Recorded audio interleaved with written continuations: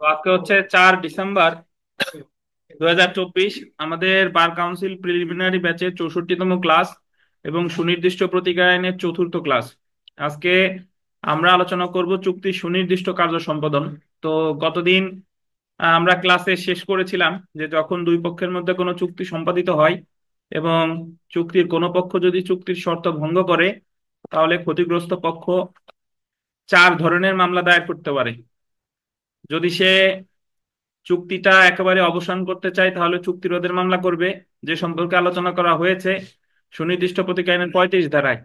যদি সে যে চুক্তি ভঙ্গ করছে ঠিক আছে, তার কাছ থেকে আমি ক্ষতিপূরণ চাই, তাহলে ক্ষতিপূরণের মামলা করবে 19 ধারায়। যদি সে মনে করে যে চুক্তি ভঙ্গ করছে, অন্য কারোর সাথে যাতে চুক্তি করতে না পারে, তাহলে তার বিরত রাখার জন্য নিষেধাজ্ঞার মামলা করবে সুনির্দিষ্ট প্রতিকার আইনের 54 ধারায়। এবং যে পক্ষ চুক্তি ভঙ্গ করছে তাকে দিয়ে যদি সেই কাজই করাইতে চায়, তাহলেই সে মামলা করবে চুক্তি সুনির্দিষ্ট কার্য সম্পাদনের। আর চুক্তি সুনির্দিষ্ট কার্য সম্পাদন বা চুক্তি প্রবল কে ইংরেজিতে বলা হয় স্পেসিফিক পারফরমেন্স অফ কন্ট্রাক্ট। এবং এই সম্পর্কে আলোচনা করছে আমাদের দেওয়ানি সুনির্দিষ্ট প্রতিকার আইনের 12 ধারায়। তো আগে আমরা একটু দেখি যে চুক্তির সুনির্দিষ্ট কার্য সম্পাদনে এখানে সংজ্ঞা দেওয়া হয়েছে। আহ সংজ্ঞার আগে একটু দেখি যে যে সকল চুক্তি সুনির্দিষ্টভাবে বলবৎ করা যেতে পারে, এটা আসলে কি। Contract which may be specifically enforce. চুক্তি সুনির্দিষ্ট কার্য সম্পাদন। চুক্তিতে শর্তসমূহ যেভাবে উল্লেখ আছে, চুক্তির শর্তসমূহ সেভাবে কার্যকর করার বিধান চুক্তিতে উল্লেখ আছে। যদি চুক্তির শর্তসমূহ সেইভাবে কার্যকর করা হয়, তাহলে চুক্তিটি সুনির্দিষ্টভাবে কার্যকর বা বলবৎ হয়েছে বলে গণ্য হবে।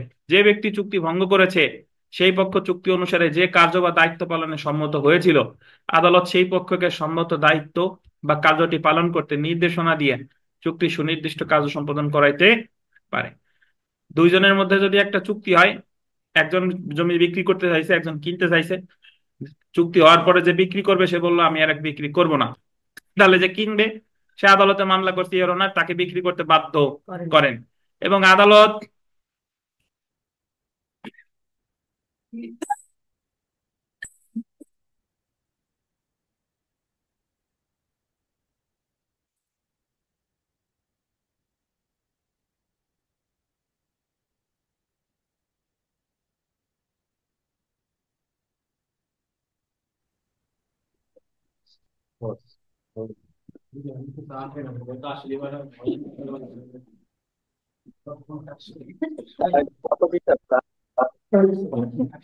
শুনতে পাচ্ছেন কথা?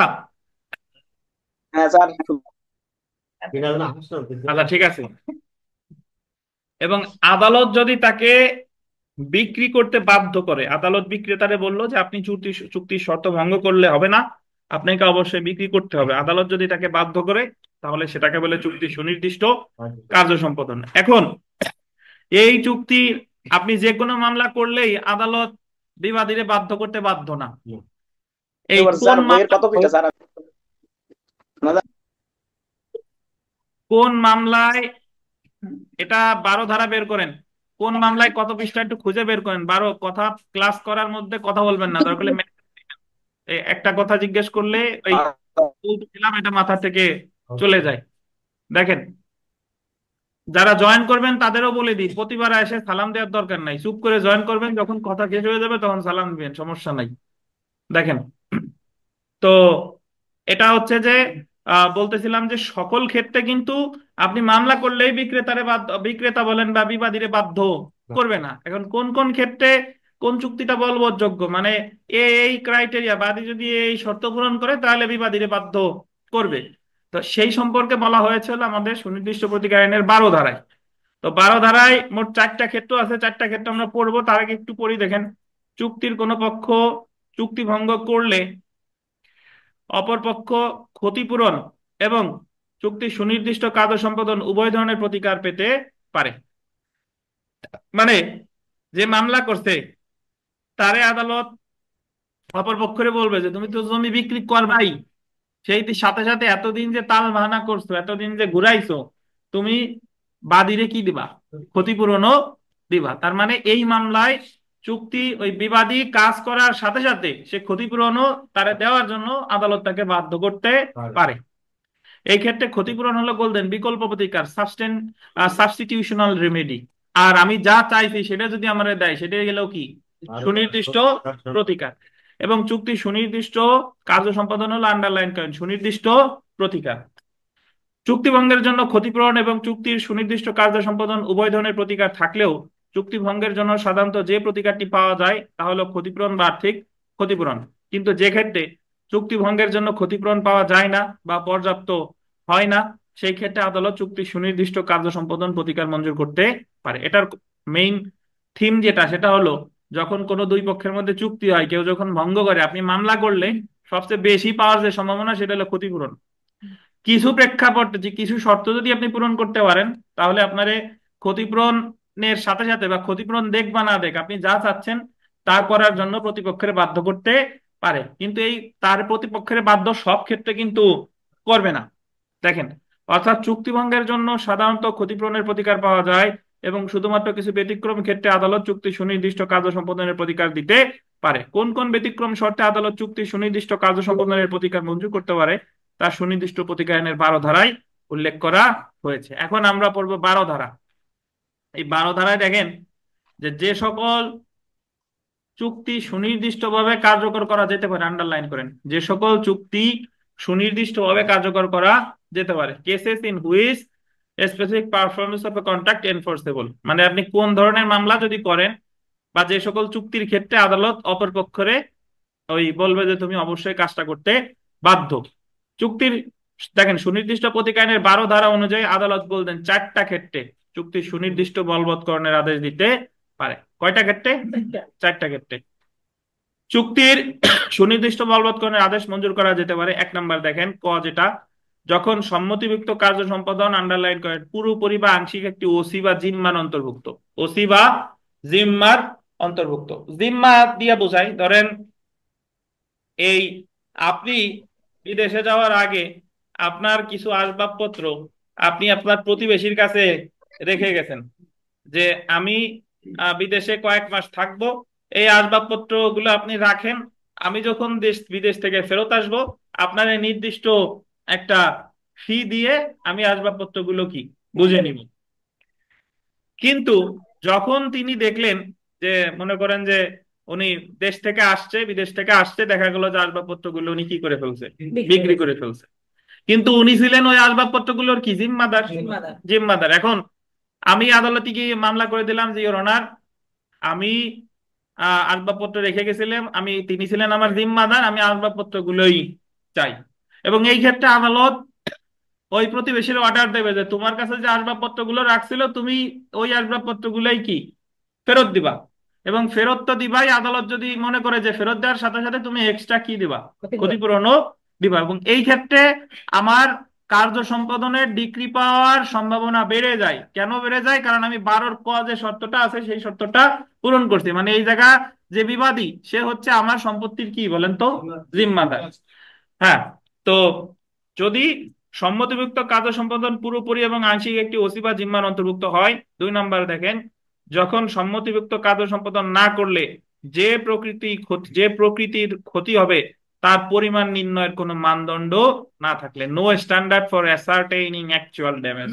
মানে হলো যে আমাদের চুক্তিতে যে কথা ছিল, চুক্তি অনুযায়ী একমত ছিল, পরে এসে বললো যে তোমার কাছে চুক্তির এই শর্ত ভঙ্গ যদি ভঙ্গ করে, এখন ওই ভঙ্গ করার কারণে আমার যে ক্ষতি হয়েছে ওই ক্ষতি নির্ণয়ের কোনো মানদণ্ড নাই। এখন মানদণ্ড নাই, আমি উদাহরণ কিভাবে দেই, যে ধরেন কুয়াকাটা সমুদ্র পাড়ে 105 বিঘা জমি বিক্রি করবে, একজন বিক্রি করবে, আরিফ সাহেব কিনবে 5 কোটি টাকা 5 বিঘা। এখন 2.5 কোটিতে বায়না চুক্তি হয়ে গেছে, হওয়ার পরে এখন যে বিক্রি করবে সে আরিফ সাহেবের কাছে এখন আর বিক্রি করতে চাচ্ছেন। এখন আরিফ সাহেব মামলা করে দিছে, মামলা করে বলতেছে যে ইওর অনার, এই জায়গা আমার যে ক্ষতি হবে এই ক্ষতি নির্ণয়ের কোনো মানদণ্ড নাই, কারণ এই যে যে জমি, এই সমুদ্র পাড়ে এই জমি আর বাংলাদেশে আর নাই, বাংলাদেশ তো পরের কথা, সারা পৃথিবীতেও নাই, এই টাইপের জমি আর পাওয়া যাবে না। সো আমার এই জায়গায় যে ক্ষতি হয়েছে এই ক্ষতি টাকা দিয়া বা এই ক্ষতি নির্ণয়ের কোনো কি নাই, মানদণ্ড নাই, দাঁড়িপাল্লা নাই, নিক্তি নাই, যে কয়ত কেজি ক্ষতি হয়েছে তা নির্ণয়ের কোনো সম্ভাবনা নেই, এই ক্ষতি হচ্ছে কি সীমাহীন। সো তারে এই দুনিয়ার অন্য কিছুতে আমার মনের ক্ষত শুকাবে না, শুকাবে কিসে? যে তারে ওই জমি বিক্রি করতে আপনি আদেশ দেন, কারণ এই জায়গায় আমার কি ক্ষতি হয়ে গেছে, অপূরণীয় ক্ষতি হয়ে গেছে, বা আমার এই ক্ষতি নির্ণয়ের কোনো মানদণ্ড নাই। বুঝতে পারছেন? ধরেন আপনার দৈহিক ক্ষতি হইলে কিন্তু মানদণ্ড আছে, হাত ভেঙে গেছে, নাক ভেঙে গেছে, চামড়া পুড়ে গেছে, কি হয়েছে তো বোঝা যাচ্ছে, কিন্তু মনের যে ক্ষতি, এই ক্ষতি কিন্তু কি আগুন তো নেবে না। আগুন দিয়ে নেববে না। ওই যে উনি আগুন দিয়ে নেববে, পানি দিয়ে নেববে না, দেখেন। আচ্ছা, দেখেন। আচ্ছা, যখন সম্মতিভুক্ত কাজটি এমন হয় যে তা সম্পাদন না করলে, আন্ডারলাইন করবেন, আর্থিক ক্ষতিপূরণের মাধ্যমে পর্যাপ্ত প্রতিকার লাভ করা যায় না। মানে কাজ তো করেই নাই, এখন আপনারা যদি উল্টা আর্থিক ক্ষতিপূরণ দেয়, আর্থিক ক্ষতিপূরণ দিলে তো আপনার ওই ক্ষতি নির্ণয় হচ্ছে না। কেমনে? ধরেন ওই যে এই সেম জমির উদাহরণ দিতে পারি, অথবা এমন যদি ধরেন যে কিছু দুষ্প্রাপ্য প্রকৃতির চীনামাটির কারুকার্য খচিত পাত্র একজন আপনার কাছে বিক্রি করতে চাইছে, যেগুলো দুর্লভ, সচরাচর পাওয়া যায় না। পরে এসে বলতেছে যে তোমার কাছে আমি আর বিক্রি করবো না, দরকার হলে তুমি আমার যে বায়না দিছিলা এত টাকা, বায়নার সাথে সাথে আমি ক্ষতিপূরণও দিয়ে দিচ্ছি, কিন্তু এইগুলো তোমার কাছে বিক্রি করব না। কিন্তু এক্ষেত্রে যে ক্রয় করবে, তার তো কি, যে ক্ষতি হয়েছে অর্থ দ্বারা, তো আর ওই ধরনের পাত্র সে আর কি পাবে না। তো এই জায়গায় তার অর্থ, আর্থিক ক্ষতিপূরণের মাধ্যমে পর্যাপ্ত ক্ষতিপূরণ পাওয়া সম্ভব নয়। বুঝতে পারছেন? 4 নাম্বার দেখেন, যখন এমন সম্ভাবনা থাকে যে সম্মতিভুক্ত কার্য সম্পাদন না করার জন্য আর্থিক ক্ষতিপূরণ পাওয়া যাবে না। অনেক ক্ষেত্রে এমন হতে পারে যে এমন একটা কাজ ভঙ্গ করছে যে ক্ষেত্রে আর্থিক ক্ষতিপূরণ পাওয়ার কোনো সম্ভাবনা নাই। আর্থিক ক্ষতিপূরণ পাওয়ার সম্ভাবনা কিভাবে নাই? যদি বিবাদী যদি দেউলিয়া হয়ে যায়। কিভাবে? ওই যে আরিফ সাহেব যার কাছ থেকে বিক্রি করছে, মানে জায়গা কিনতে চাইছে, সে বিক্রি করতে রাজি না, কিন্তু এদিকে সে দেউলিয়া, তার ওই ক্ষতিপূরণ দেওয়ার মতো কোনো সামর্থ্য নাই। তখন আদালত আমি বলবো যে না, সে যদি আমার কাছে বিক্রি না করতে চায়, তার তো অর্থ দেওয়ারও তো কোনো সক্ষমতা নাই, তাহলে আমার জমি কি করতে, জমি সে চুক্তি, যে চুক্তিভুক্ত যে কাজটা, তার এই জমি বিক্রি করতে কি করেন, বাধ্য করেন। তো এই হচ্ছে আপনার 4টা গ্রাউন্ড। এক হলো যে সম্মতিভুক্ত কাজটি যদি ওসি বা জিম্মার অন্তর্ভুক্ত হয়, যে ক্ষেত্রে ক্ষতি নির্ণয়ের কোনো মানদণ্ড নেই, যে ক্ষেত্রে আর্থিক ক্ষতিপূরণের মাধ্যমে পর্যাপ্ত প্রতিকার লাভ করা যায় না, আর যে ক্ষেত্রে ওই আপনার সম্মতিভুক্ত কার্য সম্পাদন না করার জন্য আর্থিক ক্ষতিপূরণ পাওয়া যাবে না। তো এই 4টা ক্ষেত্রে কিন্তু আপনি যদি এই যদি 12 ধারার ডিগ্রি আপনি পেতে চান, মানে প্রতিপক্ষরে দিয়ে যদি এই কাজটা করাইতে চান, তাহলে আপনার 4টের যে কোনো অ্যাটলিস্ট যে কোনো একটা কি আদালতকে সন্তুষ্ট করতে হবে, যে হয় এটা জিম্মার অন্তর্ভুক্ত, নাইলে আমার ক্ষতি নির্ণয়ের কোনো মানদণ্ড নাই, নাইলে আমি আর্থিক ক্ষতিপূরণ পাওয়ার কোনো সম্ভাবনা নাই, আর আমি আর্থিক ক্ষতিপূরণ পাইলেও এটা আমার ক্ষতি পূরণের জন্য যথেষ্ট না।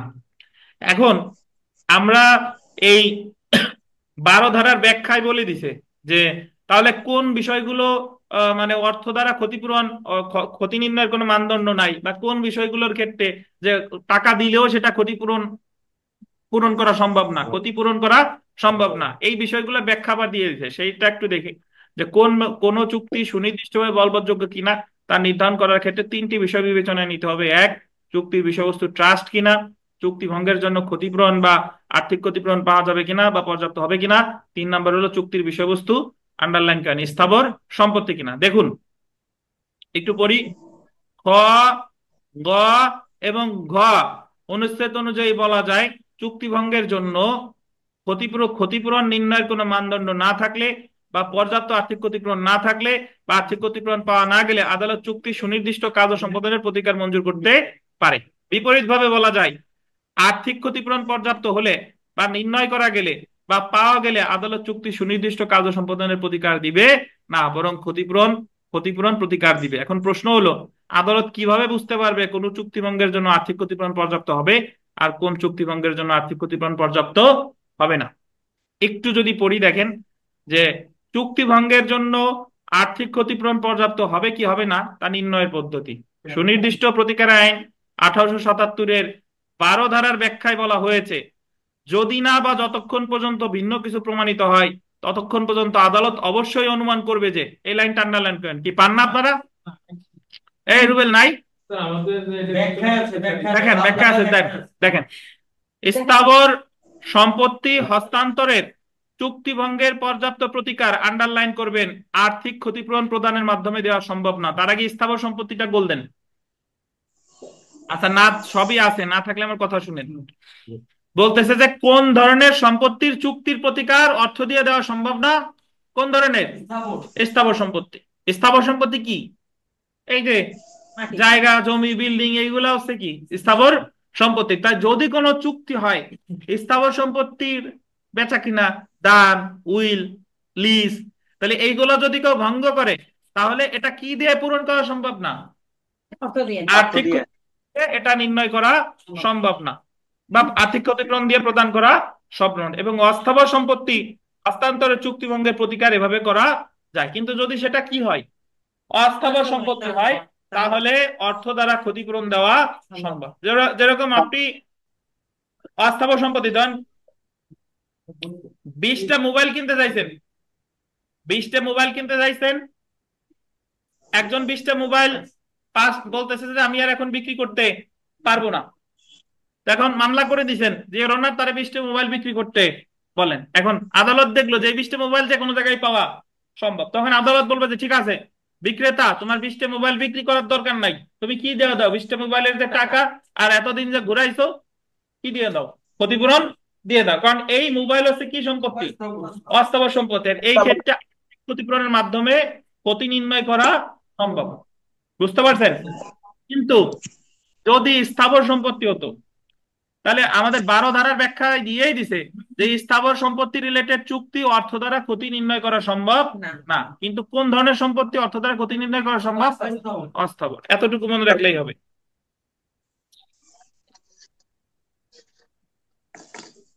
সুতরাং চুক্তি ভঙ্গের জন্য আর্থিক ক্ষতিপূরণ পর্যাপ্ত হবে কি হবে না তার নির্ধারণের জন্য দেখতে হবে চুক্তির বিষয়বস্তু কি। যদি চুক্তির বিষয়বস্তু স্থাবর সম্পত্তি, যেমন আন্ডারলাইন করেন জমি বিক্রয়ের চুক্তি, জমি লিজের বা বন্ধকের চুক্তি হয়, তাহলে আদালত ধরে নিবে চুক্তি ভঙ্গের প্রতিকার পর্যাপ্ত আর্থিক ক্ষতিপূরণ প্রদানের মাধ্যমে দেওয়া সম্ভব না। এবং এই ক্ষেত্রে আদালত চুক্তিটি সুনির্দিষ্ট কাজ ও সম্পাদনের আন্ডারলাইন করবেন, আদেশ দিতে পারে, দিবে না কিন্তু আদেশ দিতে কি দিতে পারে। মানে আপনি সব কিছু প্রমাণ করলেও আদালত কিন্তু দিতে কি বাধ্য? বাধ্য না। শুধু একটা ক্ষেত্রেই বাধ্য ছিল, স্থাবর সম্পত্তির ওই যে দখল পুনরুদ্ধার। 8 আর 9, 8 আর 9। কিন্তু যদি বিষয়বস্তু গোল্ডেন অস্থাবর সম্পত্তি হস্তান্তরের হয়, যেমন গম বিক্রয়ের চুক্তি হয়, তাহলে আদালত ধরে নিবে যে চুক্তি ভঙ্গের প্রতিকার আর্থিক ক্ষতিপূরণ প্রদানের মাধ্যমে দেওয়া যায়। কারণ গম কি সম্পত্তি? এবং এই ক্ষেত্রে আদালত চুক্তিটি সুনির্দিষ্ট কার্য সম্পাদনের আদেশ দিবে না, বরং আর্থিক ক্ষতিপূরণ মঞ্জুর করতে পারে যদি বাদী প্রার্থনা করে। তাহলে আপনার আরিফ সাহেব 200 মণ গম বিক্রি করতে চাইছে, আখিনুর সাহেব কিনতে চাইছে। এখন আরিফ সাহেব 15 আর 195 মণ আমি দিতে পারবো না। এখন আখিনুর গিয়ে মামলা করে দিছে যে ওরা না আরিফ সাহেবকে এই 195 মণ গম আমার কাছে বিক্রি করতে, তারা আরিফ সাহেবের বাধ্য করুন। তখন আর আদালত দেখবে যে চুক্তির বিষয়বস্তু কি, দেখলো যে চুক্তির বিষয়বস্তু হলো গম, এবং এই গম মোটামুটি সব জায়গায় পাওয়া যায়। তাহলে আদালত আরিফ সাহেবের ওই 195 মণ গম বিক্রি করতে বাধ্য করবে না। আরিফ সাহেব যদি বলে যে ওনার আমি ক্ষতিপূরণ দিয়ে দিচ্ছি, যে ওনার আমি গম বিক্রি করবো না, দরকার হলে আমি ক্ষতিপূরণ দিয়ে দিচ্ছি, তাহলে আরিফ সাহেবরে আদালত বলবে যে তাহলে তুমি 195 মণের যে ক্ষতিপূরণ দিয়ে দাও। ঠিক আছে? কিন্তু যদি এরকম হতো যে আরিফ সাহেব জমি বিক্রি করতে চাইছে, আখিনুর কিনতে চাইছে, আরিফ সাহেব এখন বিক্রি করতে চাচ্ছে না, এখন আখিনুর গিয়ে মামলা করে দিছে, তখন আখিনুর গিয়ে দেখাচ্ছে যে ওনার এই জমি এই পৃথিবীতে আর কোনো জায়গা নাই, সো উনি যদি এই জমি বিক্রি না করে তাহলে আমার ক্ষতি নির্ণয়ের কোনো মানদণ্ড নাই, বা উনি যদি আমার 100 কোটি টাকাও দেয় আমার এই ক্ষতি হবে না, পূরণযোগ্য না। বুঝতে পারছেন? তো 12 ধারার ডিক্রি বাদীর পক্ষে পাওয়ার সম্ভাবনা বেড়ে যায় যদি সম্পত্তিটা হয় কি স্থাবর সম্পত্তি। এখন প্রশ্ন এসে যায় যে তাহলে অস্থাবর সম্পত্তির ক্ষেত্রে কি কখনোই চুক্তি বাস্তবায়নযোগ্য নয়? বাস্তবায়নযোগ্য, বাট ওই অস্থাবর সম্পত্তিটা হতে হবে দুর্লভ প্রকৃতির। কি প্রকৃতির বলেন? দুর্লভ বা দুষ্প্রাপ্য। দুর্লভ বা দুষ্প্রাপ্য। ধরেন আপনার কাছে একটা মোবাইল আছে সেই 1980 সালের, এবং ওই মোবাইলটা এখনো সচল আছে, মানে একেবারে প্রথম যখন মোবাইল, এখন 1980 সালের মোবাইল আপনি যদি একজনের কাছে বিক্রি করতে চান, পরে বললেন যে না আমি বিক্রি করব না, তাহলে সে ওই যারা বিক্রি করতে চাইছিলেন সে দেখা গেল মামলা করছে যে ওনার এই মোবাইলটা আমাকে কাছে বিক্রি করতে বাধ্য করেন, তাহলে এই ক্ষেত্রে কিন্তু আদালত অর্ডার দিতে পারে যে তুমি অমুকের কাছে বিক্রি করবা। কেন করবা? কারণ এই মোবাইলটা কি প্রকৃতির, দুষ্প্রাপ্য প্রকৃতির, এগুলা বাজারে অ্যাভেলেবল না, এই কারণে। কিন্তু যদি সাধারণ মোবাইল হতো তাহলে কি, তাহলে বলতো যে মোবাইল দেওয়া লাগবে না, কি দিয়ে দাও, ক্ষতিপূরণ দিয়ে দাও। সুতরাং বলা যায় আইনের সাধারণ নীতি হলো স্থাবর সম্পত্তি সম্পর্কিত কোনো চুক্তি সুনির্দিষ্টভাবে বলবৎযোগ্য, কিন্তু অস্থাবর সম্পত্তি সম্পর্কিত কোনো চুক্তি সুনির্দিষ্টভাবে বলবৎযোগ্য না। শুধুমাত্র কতিপয় ব্যতিক্রম প্রেক্ষাপটে অস্থাবর, এই যে আন্ডারলাইন করেন, কতিপয় ব্যতিক্রম প্রেক্ষাপটে অস্থাবর সম্পত্তি হস্তান্তরের চুক্তিও সুনির্দিষ্টভাবে বলবৎযোগ্য হতে পারে।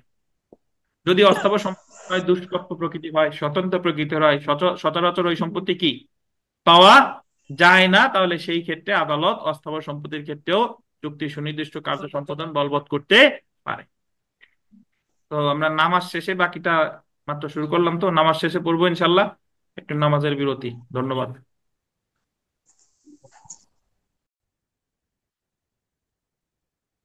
চুক্তির সুনির্দিষ্ট প্রতিপালনের মামলায় বাদী যে সকল বিষয় প্রমাণ করবে, যারা চা খাচ্ছেন নিয়ে বসেন, সমস্যা নাই, বানাই নিয়ে আসে বসেন।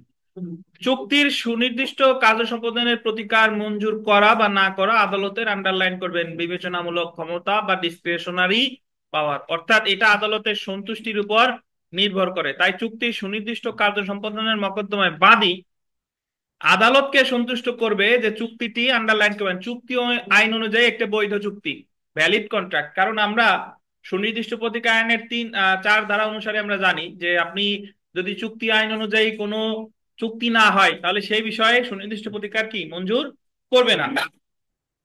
এবং বাদী চুক্তিতে তার আইনগত দায়িত্ব পালন করেছে বা করতে প্রস্তুত, মানে হচ্ছে যে যিনি মামলাটা দায়ের করেছেন তিনি তার তরফ থেকে তার কোনো গাফিলতি নাই, তিনি তার অংশের দায়িত্বটুকু পালন করেছেন, বিবাদী তারটুকু করতেছে না। বুঝতে পারছেন? 2 নাম্বার দেখেন, আদালতকে সন্তুষ্ট করবে যে চুক্তিটি সুনির্দিষ্ট প্রতিকার আইনের 12 ধারার ক থেকে ঘ অনুচ্ছেদে উল্লেখিত শর্তের মধ্যে সর্বনিম্ন একটা শর্ত পূরণ করছে। কোন কোন ক্ষেত্রে 4টা শর্তই পূরণ হইতে পারে, কোনোটায় 3টা, কোনোটায় 2টা, কিন্তু অ্যাটলিস্ট কয়টা? একটা। অর্থাৎ চুক্তিটি যে এই 4টি শর্তের যে কোনো একটি শর্ত পূরণ করেছে তা বাদী প্রমাণ করবে। যেমন বাদী আদালতকে সন্তুষ্ট করতে পারে যে চুক্তিটি ভঙ্গের জন্য আর্থিক ক্ষতিপূরণ পর্যাপ্ত হবে না। তো আমি আর একটা কথা বলে রাখি, সেটা হলো যে ওই একটু আগে আপনাদের উদাহরণ দিছি যে ক্রেতা বিক্রেতার মধ্যে সবসময় বিক্রেতা বিক্রি করতে চাই নাই, এই উদাহরণ দিচ্ছি না, যে স্থাবর সম্পত্তি বিক্রেতা বিক্রি করতে চাই নাই, মামলা করছে কে? ক্রেতা। ক্রেতাবাদী হয়ে মামলা করছে। এখন ওটা জাস্ট একটা উদাহরণ। আপনি এরকম সব সময় যে বিক্রেতার দোষ তা না, ক্রেতা নাও কিনতে চাইতে পারে, তাহলে মামলা করবে কে? বিক্রেতা। এবং বিক্রেতা দেখাবে যে ওনার স্থাবর সম্পত্তি না কিনলে আমার অপরণীয় ক্ষতি হয়ে যাবে। তাহলে এমন না যে শুধু এই 12 ধারা মামলা শুধু বিক্রেতার বিরুদ্ধেই করা যায়, এটা কি ক্রেতার বিরুদ্ধেও করা যায়। মোদ্দা কথা হলো যে চুক্তির শর্ত ভঙ্গ করবে তার বিরুদ্ধে মামলা করা যায়। বানাই নিয়ে বসেন, বসেন বানান। আচ্ছা, তো ওটা খুলে ইটা লাগাই দেন শামীম সাহেব। তো আমরা জেনে রাখা ভালোতে চলে আসি।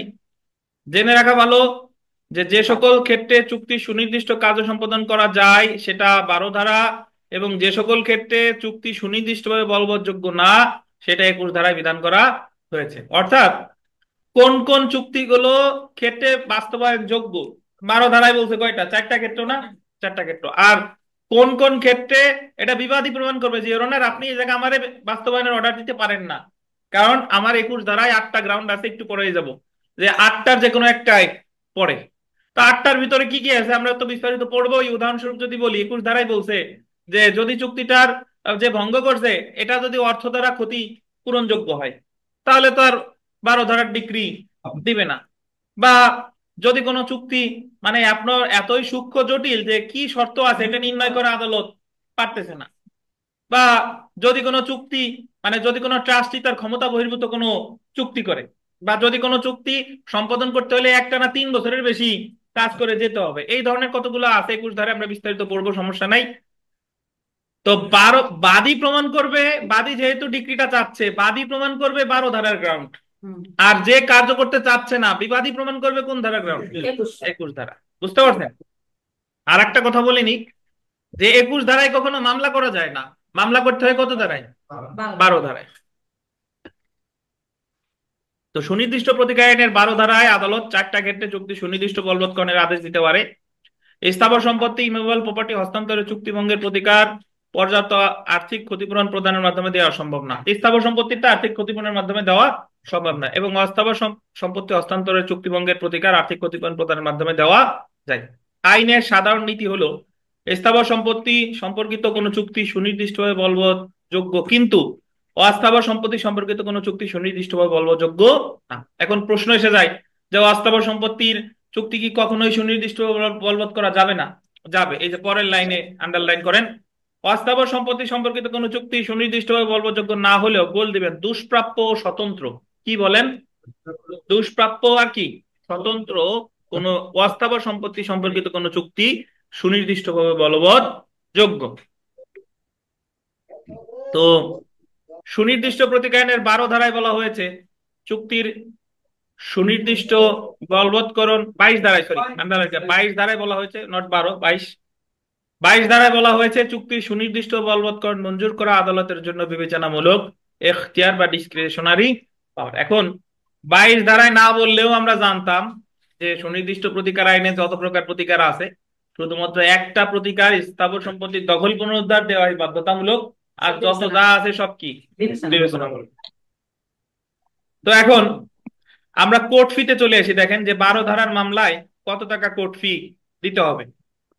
12 ধারায় চুক্তি সুনির্দিষ্ট বলবৎকরণের মামলার আন্ডারলাইন করবেন মূল্যানুপাতিক বা অ্যাডভ্যালুয়েন্ট কোর্ট ফি দিতে হবে, মানে ওই চুক্তির যে ভ্যালুয়েশন সেটার মূল্যানুপাতিক কোর্ট ফি দিতে হবে। যেমন বিক্রয় চুক্তির সুনির্দিষ্ট কাজ সম্পাদনের মকদ্দমার ক্ষেত্রে চুক্তির প্রতিদান বা মূল্য অনুযায়ী কোর্ট ফি হিসাব করতে হবে। এটা ফিক্সড কোর্ট ফি না, এটা কি মূল্যানুপাতিক কোর্ট ফি। এখন আসি তামাদিতে, যে মামলাটা কত দিনের মধ্যে দায়ের করতে হবে। তামাদি আইন 1908 এর গোল দিবেন 113 অনুচ্ছেদ অনুযায়ী চুক্তির সুনির্দিষ্ট কার্য সম্পাদনের মকদ্দমা দায়েরের তামাদি মেয়াদ গোল দেন 1 বছর। কত বছর? 1 বছর। আপনারা যারা পুরাতন বই পড়েন বা অনেকে মোবাইলের যে অ্যাপগুলা আছে সেগুলাতে দেখেন, তো এই এই এই মামলার তামাদি মেয়াদ 2004 সালের আগ পর্যন্ত ছিল 3 বছর। 2004 সালের আগ পর্যন্ত কত? 3 বছর। 2004 সালে তামাদি আইনের 113 আর 114 অনুচ্ছেদ সংশোধন করা হয়। 113 তো বলছে চুক্তি প্রবলের মামলার তামাদি মেয়াদ, 114 তো বলছে রেসিশন অফ কন্ট্রাক্ট চুক্তি রদের মামলার তামাদি মেয়াদ। তখন এটা করা হয় কত? 1 বছর। যে ক্ষেত্রে চুক্তি পালনের জন্য নির্ধারিত তারিখ থাকে তখন থেকে, যদি নির্ধারিত তারিখ থাকে তখন থেকে, বা আন্ডারলাইন করবেন যখন অনুরূপ কোনো তারিখ নির্দিষ্ট থাকে না সেক্ষেত্রে বাদী যখন গোল দিবেন অবগত হয় যে চুক্তি পালনে গোল দিবেন অস্বীকৃত হয়েছে, তখন থেকে চুক্তির সুনির্দিষ্ট বলবৎকরণের মকদ্দমা দায়েরের তামাদি মেয়াদ গণনা শুরু হয়। এখন আমি একটু বিষয়টার ব্যাখ্যা দিই। ধরেন আমাদের জুডিশিয়াল সার্ভিস পরীক্ষার 16 বিজিএস পরীক্ষায় অথবা 15 বিজিএস পরীক্ষায় একটা প্রশ্ন এসেছে এইভাবে, যে ধরেন আরিফ সাহেব একটা জায়গা বিক্রি করতে চাইছে, মাহবুল সাহেব কিনতে চাইছে। তো জায়গা কি সম্পত্তি? স্থাবর সম্পত্তি। এখন আরিফ সাহেব ওই বায়না চুক্তি যখন হইছে তখন জায়গার ধরেন মূল্য 5 লক্ষ টাকা, 3 লক্ষ টাকা মাহবুব সাহেব দিছে, এবং বায়না চুক্তিতে লেখা আছে যে বাকি 2 লাখ টাকা দিলে দলিল করে দিবে। কিন্তু বাকি 2 লাখ টাকা কতদিনের মধ্যে মানে আনলে দলিল করে দিবে এরকম কোনো কথা লেখা নাই। ঠিক আছে, তো বাকি ধরেন 2 মাস পরে মাহবুব সাহেব এসে 2 লাখ টাকা আরিফ সাহেবরে বলতেছে ভাই আমি অবশিষ্ট 2 লাখ টাকা আনছি, আপনি দলিল করে দেন। তো আরিফ সাহেব বললে যে আরে এত মানে তারা কিসের, দেবানি, আজ দেই কাল দেই বলে উনি 2 বছর ঘুরাইছে। 2 বছর পরে গিয়ে আরিফ সাহেব বলতেছে যে আমি তোমার কাছে আমার জমি বিক্রি করবো না। তো এখন চুক্তির শর্ত ভঙ্গ করছে, এখন 12 ধারায় মামলা করবে। এই ক্ষেত্রে যেদিন থেকে সে অস্বীকার করলো সেদিন থেকে কত দিনের মধ্যে? 1 বছর। 1 বছরের মধ্যে মামলাটা করতে হবে। কিন্তু যদি বায়না চুক্তিতে এরকম কোনো শর্ত থাকতো যে 6 মাসের মধ্যে 2 লাখ টাকা দিবে, এবং 6 মাসের মধ্যে 2 লাখ টাকা দিলে আমি দলিল করে দিব, তো 6 মাসের মধ্যে সে 2 লাখ আনছে, দলিল করে সে দিচ্ছে না, তাহলে তামাদি মেয়াদ কখন থেকে শুরু হবে? ওই 6 মাস যেদিন শেষ হবে তারপর থেকে। বুঝেন কিনা? কারণ এই ক্ষেত্রে বায়না চুক্তিতে সুনির্দিষ্ট কি আছে? মেয়াদ আছে। তাইলে মেয়াদ আছে যেহেতু ওই সময়টার পরে 1 বছর। আর যদি সুনির্দিষ্ট মেয়াদ না থাকে তাহলে কখন? যেদিন থেকে অস্বীকার করবে। যদি 50 বছর পরে অস্বীকার করে সেদিন থেকে 1 বছর। বুঝতে পারছেন? আচ্ছা, জি স্যার। আচ্ছা, এখন আমরা চলে আসি নিবন্ধন। নিবন্ধন মানে হচ্ছে যে এই যে যে আমরা যে চুক্তিটা করলাম, চুক্তি তো ডেফিনেটলি একটা দল স্ট্যাম্পেই করে। এখন এই এই চুক্তিটা কি নিবন্ধন করা, রেজিস্ট্রেশন করা লাগবে কিনা, মানে মামলার ক্ষেত্রে এই রেজিস্ট্রেশনটা বাধ্যতামূলক কিনা। শুনেন, প্রথম কথা হলো যে চুক্তিটি নিবন্ধিত হওয়ার কোনো দরকার নাই। তবে 2004 সালে একটা সংশোধনী এসেছে যেখানে বলছে যদি চুক্তিটা হয় স্থাবর সম্পত্তি বিক্রয়ের, কিসের বলেন তো, স্থাবর সম্পত্তি রিলেটেড, কিন্তু লিজ চুক্তি হইতে পারে, বন্ধক চুক্তি হইতে পারে, দান চুক্তি হইতে পারে, বিক্রয় হইতে পারে, কিন্তু যদি চুক্তিটা হয় স্থাবর সম্পত্তি কি বিক্রয়ের, তাহলে এই সুনির্দিষ্ট প্রতিকার আইনের 21 বলতেছে অবশ্যই নিবন্ধিত হইতে হবে, লিখিত হইতে হবে। কিন্তু স্থাবর সম্পত্তি বিক্রয় ছাড়া আর কোনো কিছুতে নিবন্ধনের প্রয়োজন নাই। যদি স্থাবর সম্পত্তি লিজের চুক্তি হয়, লিজ বুঝেন তো, ইজারা। আমি আমার একটা জমি 5 বিঘা একটা জমি ইজারা দিতে চাইছে একজন রে, বায়না চুক্তি হইছে, পরে বললাম যে দিব না, তো সেও তো 12 ধারা মামলা করতে পারে। এখন এই চুক্তিটা কি নিবন্ধিত দরকার আছে? দরকার নাই, কারণ এটা স্থাবর না। সম্পত্তির কি চুক্তি, লিজ চুক্তি। এটা কখন আপনার নিবন্ধিত হবে? যদি স্থাবর সম্পত্তি কি চুক্তি হয়, বিক্রয়। ধন্যবাদ। একটু সুনির্দিষ্ট বলবৎকরণের ক্ষেত্রে চুক্তিটি নিবন্ধিত হওয়ার প্রয়োজন নাই। বল দিবেন মৌখিক চুক্তিও সুনির্দিষ্টভাবে বলবৎযোগ্য। ইভেন যদি কোনো চুক্তি হয় কি ওরাল, মৌখিক, তাহলেও সেটা বলবৎ করা যেতে পারে। কিন্তু আইনে চুক্তির সুনির্দিষ্ট বলবৎকরণের ক্ষেত্রে চুক্তির আন্ডারলাইন করে নিবন্ধন বাধ্যতামূলক করা হলে, যদি কোনো ক্ষেত্রে নিবন্ধন কি করা হয়, বাধ্যতামূলক করা হয়, সেই ক্ষেত্রে চুক্তির সুনির্দিষ্ট বলবৎকরণের চুক্তিটি অবশ্যই নিবন্ধিত হতে হবে। যেমন এই যে গোল্ডেন 21 ধারা অনুসারে স্থাবর সম্পত্তির বায়না চুক্তি, স্থাবর সম্পত্তির কি বায়না চুক্তি, মানে হলো এই বায়নাটা হলো স্থাবর সম্পত্তির বিক্রির যে বায়না চুক্তি, সেটা সুনির্দিষ্টভাবে বলবৎ করার ক্ষেত্রে চুক্তিটা অবশ্যই কি হতে হবে, নিবন্ধিত হতে হবে। তো 21 আমরা পরে আসতেছি, সমস্যা নাই, 21 আমরা পরে বিস্তারিত পড়বো। তাহলে যদি এইভাবে বলে যে 12 ধারার মামলা করলে কি চুক্তিটাকে নিবন্ধিত হওয়া বাধ্যতামূলক কি না, সব ক্ষেত্রে বাধ্যতামূলক না। যদি কোনো ক্ষেত্রে বাধ্যতামূলক করার বিশেষ নিয়ম থাকে সেই ক্ষেত্রে বাধ্যতামূলক। সেটা হলো স্থাবর সম্পত্তি কি চুক্তি বলেন, বোঝা গেছে? আচ্ছা, ধন্যবাদ। এখন আমরা এই প্রশ্ন পড়বো পরে, আগে সরাসরি চলে আসেন 21 ধারায়। পুরাতন বই হলে একটু পরে আছে, আর নতুন বইতে সাথে সাথেই আছে। 21 ধারা কোথায় আছে সেটা বের করে সে জায়গা চলে আসেন।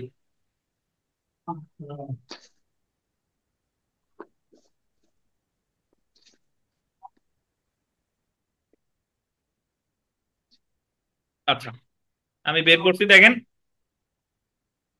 পাইছেন তো। 12 ধারায় ছিল, 12 ধারায় যেটা ছিল সেটার উল্টা হচ্ছে কত, 21।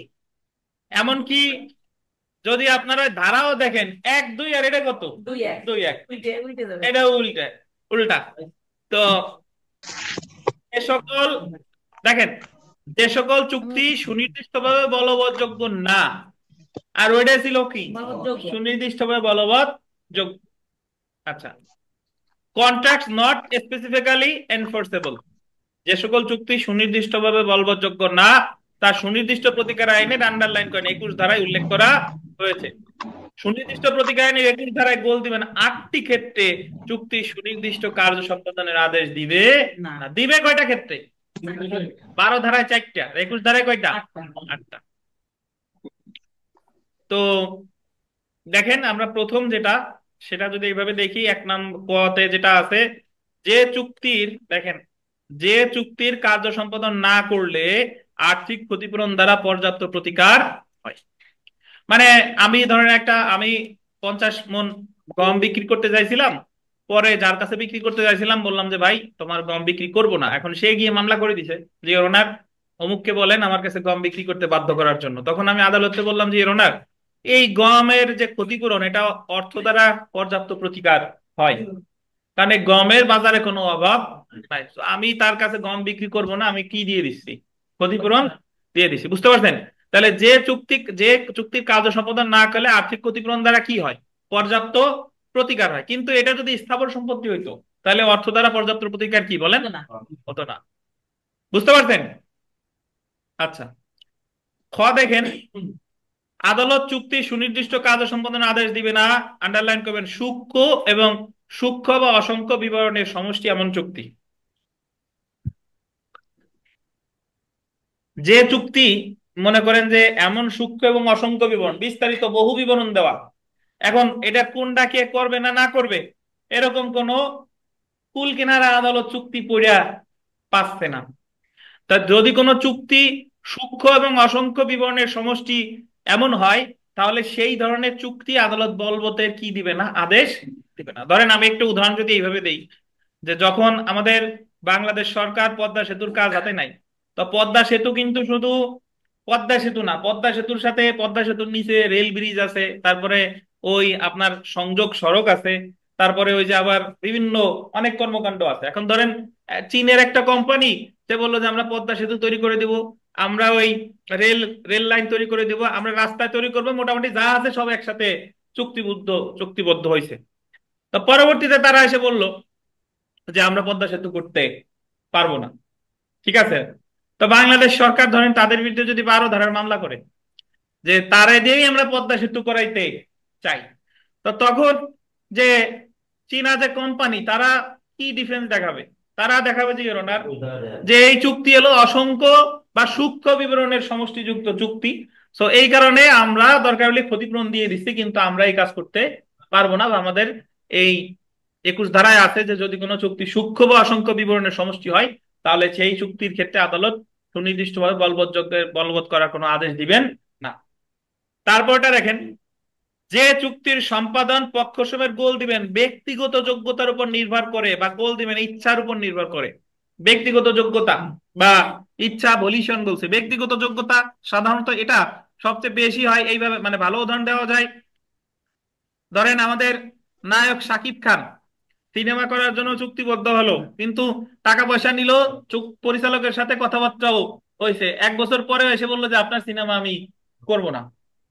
এখন যিনি মামলা করবেন পরিচালক দেন শাকিব খানকে দিয়ে সিনেমাটা করাইতে চান, এবং তার অনেক গ্রাউন্ড আছে, সে বললো যে ওনার এটা একটা জিম্মার অন্তর্ভুক্ত ছিল, আমরা দুইজন জিম্মা চুক্তি করছিলাম, বা বললো যে শাকিব খানের মতো নায়ক তো আর আমি পাবো না, আমার অপূরণীয় ক্ষতি হয়ে যাবে, ক্ষতি নির্ণয়ের কোনো মানদণ্ড নাই।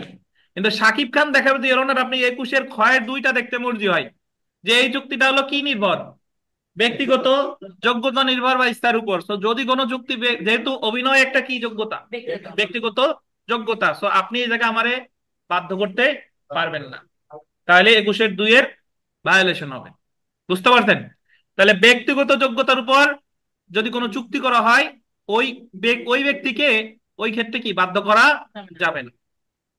তারপরটা দেখেন, যে চুক্তির প্রকৃতি এমন যে আদালত উক্ত চুক্তির উল্লেখযোগ্য গোল দিবেন শর্তাবলীর সুনির্দিষ্ট কাজ ও সম্পাদন কার্যকরী করতে পারে না। মানে চুক্তির শর্তাবলী এমন যে আদালত এর কাছে ওই ওই ধরনের সুনির্দিষ্ট কাজ ও সম্পাদন কাজ করার প্রকৃতি আর কি, প্রকৃতি এমন যে, সরি, যে চুক্তির প্রকৃতি এমন যে আদালত উক্ত চুক্তির উল্লেখযোগ্য শর্তাবলী সুনির্দিষ্ট কাজ ও সম্পাদন কার্যকর করতে পারে না। তো এরকম যদি কোনো চুক্তি দেখে থাকে যে এগুলোর ক্ষেত্রে আসলেই সুনির্দিষ্টভাবে কার্যকর করা যায় না, তাহলে সেই ক্ষেত্রেও আদালত কোনো সুনির্দিষ্ট কাজ ও সম্পাদনের আদেশ দিবেন না।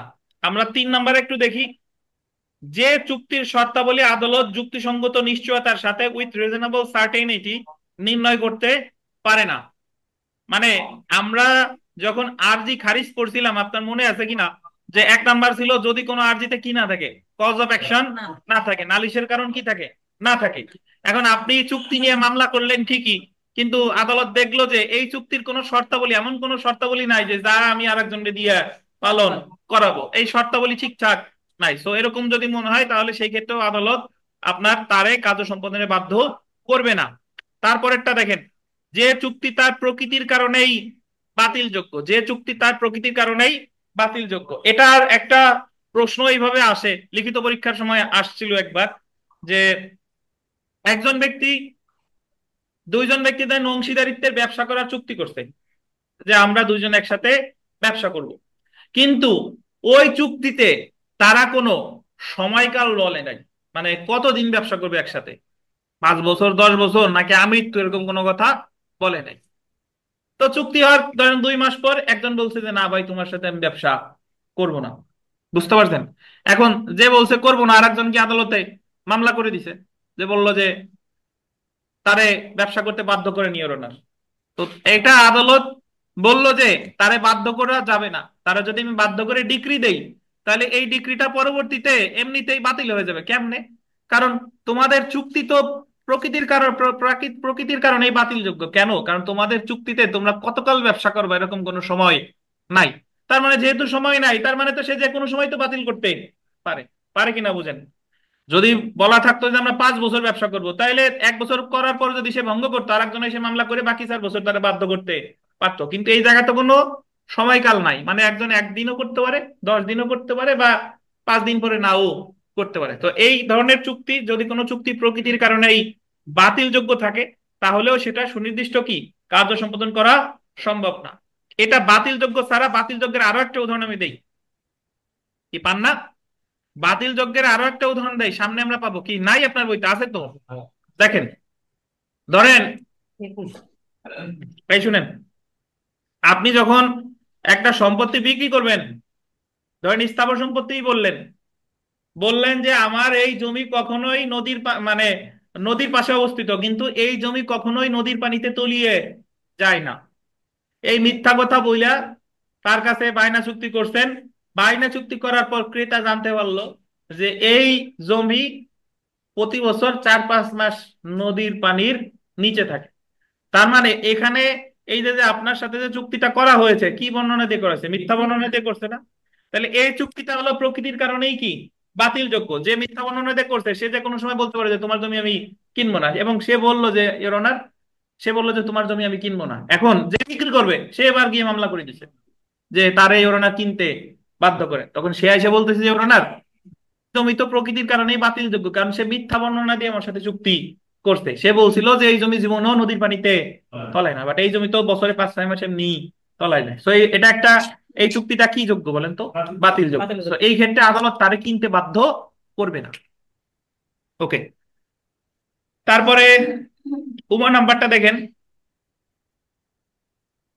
ট্রাস্টিগণ কর্তৃক সম্পাদিত চুক্তি যা তাদের ক্ষমতা বহির্ভূত বা ট্রাস্ট ভঙ্গ করে সম্পাদিত হয়। কি হলো?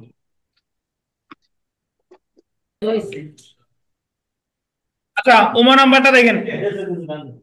এই ট্রাস্টিগণ কর্তৃক সম্পাদিত চুক্তি যা তাদের ক্ষমতা বহির্ভূত এবং ট্রাস্ট ভঙ্গ করে সম্পাদিত হয়, এই উদাহরণ আমরা বিস্তারিত পরে পড়ব। ধরেন একটা ট্রাস্ট, ট্রাস্ট বুঝেন তো? ট্রাস্ট যখন, ধরেন আরিফ সাহেবের যত সম্পত্তি আছে, উনি একটা ট্রাস্ট গঠন করে ট্রাস্টি দায়িত্ব দিয়েছে রুবেলকে, যে রুবেলকে দিয়ে দিল যে আরিফ সাহেবের সম্পত্তি থেকে যে আয় ব্যয় হবে তা রুবেলকে বলে দেওয়া আছে ট্রাস্টের শর্তাবলীতে, যে দাতব্য উদ্দেশ্যে 60% ব্যয় করবে, ওনার উত্তরাধিকারে 30% দিবে, আর বাকি যে 10% এটা সঞ্চয় রাখবে, ট্রাস্টের নামে সঞ্চয় রাখবে, মানে নির্দিষ্ট শর্ত দিয়ে দিছে। এখন রুবেল ধরেন ট্রাস্টি হিসেবে একটা, ধরেন জমির কথাই ধরি, একটা জমি বিক্রি করার দরকার। তো জমিটার বিক্রি করা যায় 2 লাখ টাকা, কিন্তু উনি ইচ্ছা করে বিক্রি করতেছে 50,000 টাকা। জমিটার বিক্রয় মূল্য কত? 2 লক্ষ টাকা। তো উনি কিন্তু বিক্রি করতেছে কত? 50,000। তাহলে এটা হলো ট্রাস্ট বহির্ভূত চুক্তি। ট্রাস্ট বহির্ভূত চুক্তি। এখন আপনি বলতে পারেন যে স্যার, 2 লাখ টাকার জমি 50,000 বিক্রি করছে, তাই বহির্ভূত হলো কিভাবে? তার ক্ষমতার মধ্যেই তো। না, ক্ষমতার মধ্যে না, কিন্তু তার বিক্রি করার মানে উচিত ছিল কত টাকায়? 2 লক্ষ টাকায়। তার মানে সে 2 লক্ষ টাকায় না করে ইচ্ছা করে কি করতেছে? কম টাকায় বিক্রি করতেছে। তার মানে এটা তার ক্ষমতা বহির্ভূত। তো ট্রাস্ট ভঙ্গ করে যদি সম্পাদিত হয়, তাহলে এই ধরনের চুক্তিও নিয়ে যদি ভবিষ্যতে কোনো প্রশ্ন উঠে, তাহলে আদালত সুনির্দিষ্ট কার্য সম্পাদনের ডিক্রি দিবে না। কারণ ট্রাস্টি এই জায়গায় যে চুক্তিটা করছে, সেই চুক্তিটা কিভাবে করছে? তার ক্ষমতার বহির্ভূত ভাবে। পরে বিস্তারিত উদাহরণ পড়ব, আপাতত জাস্ট বুঝাইলাম। দেখেন, বিশেষ উদ্দেশ্যে গঠিত কর্পোরেশন বা পাবলিক কোম্পানির পক্ষে বা তেমন কোম্পানির উদ্যোক্তা ব্যক্তিগণ কর্তৃক সম্পাদিত চুক্তি যা তাদের ক্ষমতার অতিরিক্ত। আমাদের বইতে উদাহরণ আছে এরকম, যে কোন পাবলিক কোম্পানি, রেলওয়ে কোম্পানি, তাদের কাজ হচ্ছে রেলওয়ে রিলেটেড, রেল লাইন দেওয়া বা রেল রিলেটেড জমি কিনা, কিন্তু পাবলিক কোম্পানির উদ্যোক্তাগণ জমি কিনছে কটন মিল দেওয়ার জন্য। কিসের জন্য? তারা তো কটন মিল রিলেটেড কাজ করে না, তারা কাজ করে কিসে? রেলওয়েতে। তো কটন মিলের জন্য যদি চুক্তি করে, এবং পরবর্তীতে যদি যে বিক্রি করতে চাইছিল সে বললো যে না, আমি আপনাদের কাছে বিক্রি করব না। কেন করব না? যদি এরা যদি মামলা করে যে ওনার যে স্থাবর সম্পত্তি তারে বিক্রি করতে, মানে তারে বিক্রি করতে বাধ্য করেন, সে বলবে যে ওনার, ইন্না দেখেন এরা পাবলিক কোম্পানির উদ্যোক্তা, এনাদের কিন্তু এই ধরনের জমি কেনার কি নাই, ক্ষমতা ক্ষমতা নাই। নাই। ওনরা হলো কাজ করবে কি রিলেটেড, রেলওয়ে রিলেটেড, কিন্তু ইনরা ওনাদের ক্ষমতা বহির্ভূত ভাবে কি কাজ করেছে, ওই অন্য ধরনের কাজ করেছে, এই কারণে এটা সুনির্দিষ্ট বলবৎযোগ্য না। তারপরেরটা দেখেন, যে চুক্তির কাজ সম্পাদন করতে হলে শুরু হওয়ার তারিখ হইতে গোল দিবেন 3 বছরের বেশি সময় ক্রমাগত কাজ করে যেতে হবে। কয় বছরের বেশি? 3 বছরের আচ্ছা। বেশি। ধরেন একটা 100 তলা বিল্ডিং, এখন নর্মালি ওই বিল্ডিং যদি দিতে হয়, চুক্তি হয়েছে যে রাজমিস্ত্রিগণ একটানা 6 বছর কাজ করবে। কয় বছর? 6 বছর। কিন্তু তারা 1 বছর কাজ করার পরে মালিককে বলতেছে যে আমরা এই বিল্ডিং এর কাজ করব, চুক্তির শর্তাবলী কি করতেছে? ভঙ্গ করতেছে। তাহলে যে মালিক সে গিয়ে মামলা করে দিছে, মামলা করলো যে রাজমিস্ত্রিরা কেন করবে না, এর ওনার তাদেরকে কাজ করতে বাধ্য করে নির্দেশ দেন। তখন রাজমিস্ত্রি বলবে যে এর ওনার আমাদের চুক্তিটা দেখতে মর্জি হয়, এই চুক্তির যে কাজ এটা করতে হলে কত দিন ধরে করতে হবে? 6 বছর, যা হচ্ছে কয় বছরের বেশি? 3 বছরের বেশি। আর 21 ধারায় বলা আছে যদি বছরের কোনো বেশি কোনো চুক্তি হয়, এটা সুনির্দিষ্টভাবে বলবৎযোগ্য না। তাহলে আদালত কি এই ক্ষেত্রে রাজমিস্ত্রিদের বাধ্য করবে বলেন? বাধ্য করবে না। বড়জোর রাজমিস্ত্রিরা কি দিতে পারে? ক্ষতিপূরণ দিতে পারে আর কি। তা- চুক্তি যাবে, চুক্তি কেন করা যাবে না? অবশ্যই চুক্তি করা যাবে, কিন্তু সেই ক্ষেত্রে যদি কেউ চুক্তির শর্ত ভঙ্গ করে, তার বিরুদ্ধে আপনি 12 ধারার মামলা করে ফল পাবেন না। এখন 12 ধারার মামলা না করে ফল পাইলে ক্ষতিপূরণের মামলা তো আছে, কিন্তু আমাদের পড়ার বিষয়বস্তু যেহেতু কার্য সম্পাদন, এ জায়গায় আপনি কার্য সম্পাদন ডিগ্রি করে কোনো মানে মামলা করে আপনার কোনো লাভ হবে না। আপনাদের এর থেকে বেটার একবারে 3 বছর পর্যন্ত চুক্তি করা। হ্যাঁ, তাহলে আমি কি রিনিউ করতে পারবো? বাধ্য করতে পারবো তাহলে? না। দেখেন, যে চুক্তির বিষয়বস্তুর উল্লেখযোগ্য অংশ উভয় পক্ষ বর্তমান ধরে নিলেও চুক্তি স্বাক্ষরিত হওয়ার আগেই তার বিলুপ্তি ঘটেছে। জাহাজ বেচা কেনার চুক্তি হয়েছে, জাহাজ আটলান্টিক সাগরে ছিল, যখন মূল চুক্তি করতে যাবে দেখলো যে জাহাজ পানিতে ডুবে কি শেষ। তাহলে এখন তো তারে আর তার কাছ থেকে আর জাহাজ আপনি নিতে পারবেন? নিতে পারবে না। তার কাছ থেকে বড় জোর কি নেওয়া যায়? ক্ষতিপূরণ নেওয়া যায়। তাহলে যে চুক্তির বিষয়বস্তু উল্লেখযোগ্য অংশ উভয় পক্ষ বর্তমান ধরে নিলেও চুক্তি স্বাক্ষরিত হওয়ার আগে কি হয়ে গেছে? বা ভালো উদাহরণ দেওয়া যায়, জমি বেচা কেনার চুক্তি করতেন, বা উভয় পক্ষ বর্তমান ধরে নিলেন, কিন্তু যখন স্বাক্ষর করবেন তার আগের দিন নদী ভাঙনে কি হয়ে গেছে? বিলুপ্ত হয়ে গেছে, শিকস্তি হয়ে গেছে। শিকস্তি বুঝেন? ডিলিউভিয়ান। জি স্যার। জি, জি। তো দেখেন, state acquisition and tenancy act 1950-এর 85-86 ধারায় আছে। তাহলে আবার অন্য আইনে চলে যেতে হবে আমাদের। দেখেন, তো শিকস্তি মানে হলো জমি ভেঙে চলে যাওয়া, আর পয়াস্তি মানে হলো ওই চর জাগছে, আমার বৃদ্ধি হয়েছে। বুঝতে পারছেন? না, এটা পয়াস্তির ক্ষেত্রে বিধিবিধান আছে। যদি 30 বছর আপনার যে জমি ভেঙে গেছিল সেই জমি যদি 30 বছরের মধ্যে জাগে, তাহলে ওটা আপনারই। যাই হোক, টাকা আর দরকার নাই, পরিস্থিতি আর দরকার নাই। যদি ক্রয় করতে চায় ওই জন্য সরকারের কাছ থেকে এই রাইট টু এরিয়া আছে এই ক্ষেত্রে যার জমি তার আছে, এটা আলাদা বিষয়। থাক। দেখেন, শিকস্তি পয়াস্তি এলএলবি ফাইনাল ইয়ারের এক স্টুডেন্ট আছে, ওনার কাছে ওনারে ভালো বুঝাইছি। কিছুদিন আগে ওনার ওই ওয়াইফের সাথে মামলা হয়েছে, ওয়াইফ চলে গেছিল, পরে মামলা মিটমাট হয়েছে, ওয়াইফ আবার ফেরত আসছে, আমাদের নির্মল। তো তারে বললাম যে আপনার ক্ষেত্রে পয়াস্তি হয়েছে। মানে বুঝতে পারছেন? মানে ওয়াইফ ফেরত আসছে, তাহলে জেনে রাখা ভালো। শুনে বুঝি না, শিখস্তি পয়সা শুনলাম। খুব সুন্দর উদাহরণ। দেখেন, আচ্ছা, আচ্ছা, দেখেন, জেনে রাখা ভালো, কোন চুক্তিতে আন্ডারলাইন করেন। আচ্ছা, এই আটটা ছাড়াও কোন চুক্তিতে আরবিট্রেশন ক্লজ থাকলে কোন চুক্তি সুনির্দিষ্টভাবে কার্যকর করা যাবে না। আরবিট্রেশন ক্লজ বলতেন, আরবিট্রেশন শব্দের অর্থ হলো সালিশ। আরবিট্রেশন ক্লজ মানে হলো আপনারা দুইজনে চুক্তি করতেন যে অমুক জমি বিক্রয় করবে, অমুক জমি ক্রয় করবে। ভবিষ্যতে আমাদের এই ক্রয় বিক্রয় নিয়ে যদি কোনো দ্বিমত সৃষ্টি হয় বা কোনো ঝামেলা হয়, তাহলে আমরা বিমল সাহেবের কাছে গিয়ে এদের সালিসির মাধ্যমে নিষ্পত্তি করব। বুঝতে পারছেন? মানে চুক্তির জি মধ্যেই স্যার। কি বলা আছে যে ভবিষ্যতে যদি কোনো সমস্যা হয় তাহলে আমরা অমুক ওয়েতে এটার নিষ্পত্তি করব, মীমাংসা করব। তাহলে এই ধরনের চুক্তির ক্ষেত্রে আপনি 12 ধারা মামলা করলে চুক্তিটি সুনির্দিষ্টভাবে বাস্তবায়নযোগ্য হবে না। আরবিট্রেশন ক্লজ মানে হলো যে কোনো চুক্তির মধ্যে একটা কথা বলা আছে যে ভবিষ্যতে যদি কোনো সমস্যা হয় আমরা অমুক ভাবে এই সমস্যাটার নিষ্পত্তি করব। বুঝতেন? তো এখানে একটু কথা লেখেন। এখানে লেখা আছে আরবিট্রেশন অ্যাক্ট 1940, আরবিট্রেশন অ্যাক্ট 1940। যদিও আমাদের বাংলাদেশে বর্তমানে সালিস আইন 2001, তো ওটাতে কাজ নাই, আপনি আরবিট্রেশন অ্যাক্ট 1940ই লেখেন। পান নাই নতুন বই? আর একটু সাহায্য করেন, ওই সুরঞ্জন সাহেবের সাহায্য করেন।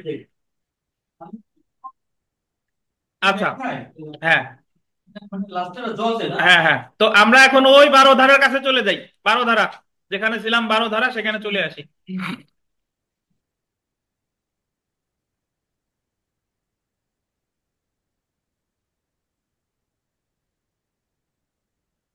পাইছেন?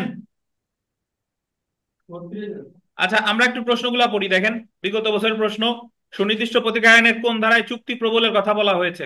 কোন ধারা? দেখেন, ইংরেজিতে বলে স্পেসিফিক পারফরমেন্স অফ কন্ট্রাক্ট, বাংলায় একাধিক নাম আছে। চুক্তি প্রবল আছে, চুক্তি বলবৎ আছে, চুক্তি বাস্তবায়ন আছে, চুক্তি সুনির্দিষ্ট কাজ ও সম্পাদন আছে। ঠিক আছে, ভবিষ্যতে আমরা আরো নতুন কিছু বানাইতে পারে, বাট ইংলিশে স্পেসিফিক পারফরমেন্স অফ কন্ট্রাক্ট। জি। 2 নাম্বারটা দেখেন যে নিম্নের কোন চুক্তি সুনির্দিষ্টভাবে প্রতিপালনের জন্য বাধ্য করা যাবে? বাধ্য করা যাবে। যে চুক্তি পালন না করলে সাধিত করতে অর্থ দ্বারা ক্ষতিপূরণযোগ্য, এটা কি বাধ্য করা যাবে? যাবে না। যখন ট্রাস্টি কোন সংশ্লিষ্ট ট্রাস্টের পরিপন্থী চুক্তি করে, ওই যে 21 আছে, বাধ্য করা যাবে না। যখন কোন স্থাবর সম্পত্তি বিক্রয় চুক্তি করা হয়, এটা বাধ্য করা যাবে। যে চুক্তি বাতিলযোগ্য প্রকৃতির, এটাও বাধ্য করা যাবে না। তাহলে উত্তর কত? ক।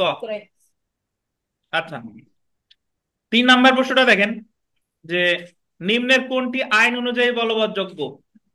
এ বি কে ব্যক্তিগত সেবা দেওয়ার চুক্তি করে। এ বি কে 3 গটা দেখেন, বিবাহ করার চুক্তি করে। লেখক এ প্রকাশক বি এর সাথে একটি উপন্যাস রচনার চুক্তি করে। তো খটা হচ্ছে এ বি এর সাথে সম্পত্তি বিক্রয়ের চুক্তি করে। তাহলে এটা বলবৎযোগ্য কোনটা জানেন? এই সম্পত্তি বিক্রয়ের চুক্তি করে। কারণ ব্যক্তিগত সেবা এটা কি নির্ভর? যোগ্যতা নির্ভর। ওই যে 21 আছে। তারপরে এ বি কে বিবাহ করার চুক্তি করে, এটা ওই যে ইচ্ছা, মনে আছে, ব্যক্তিগত যোগ্যতা বা ইচ্ছা। তাহলে বিবাহ করার জন্য আপনি 12 ধারা মামলা করলে লাভ নাই, বড় ধরনের ক্ষতিপূরণ পাইতে পারেন। আচ্ছা, লেখক এ প্রকাশক বি এর সাথে একটি উপন্যাস রচনা চুক্তি করে, এটা কয়েকটা জিনিসে পড়ে। এটা হয় ব্যক্তিগত যোগ্যতা, এটা ইচ্ছা, এটা অসংখ্য সূক্ষ্ম বা বিবরণের সমষ্টি, অনেক কিছুই হয়। বুঝতে পারছেন?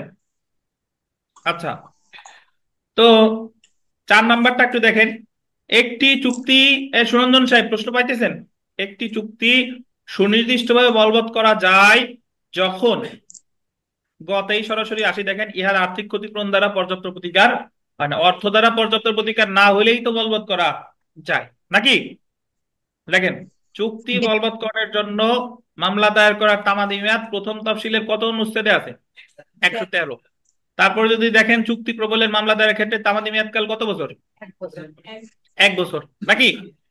7 নাম্বারটা দেখেন, চুক্তির সুনির্দিষ্ট কার্য সম্পাদনের কোন মামলায় যে ক্ষেত্রে কোন সময়কাল নির্ধারিত নাই, আন্ডারলাইন করেন, কোন সময়কাল কি নির্ধারিত নাই, সেক্ষেত্রে তামাদি মেয়াদ গণনা আরম্ভ হবে অস্বীকৃতির বিষয়ে জানার তারিখ থেকে। যেদিন থেকে অস্বীকার করবে সেদিন থেকে তামাদি মেয়াদ গণনা শুরু হবে। আমরা সেলফ প্র্যাকটিসে যদি চলে আসি, সেলফ প্র্যাকটিসে মোটামুটি যা আছে এগুলা পারবেন। তো সরাসরি এখানে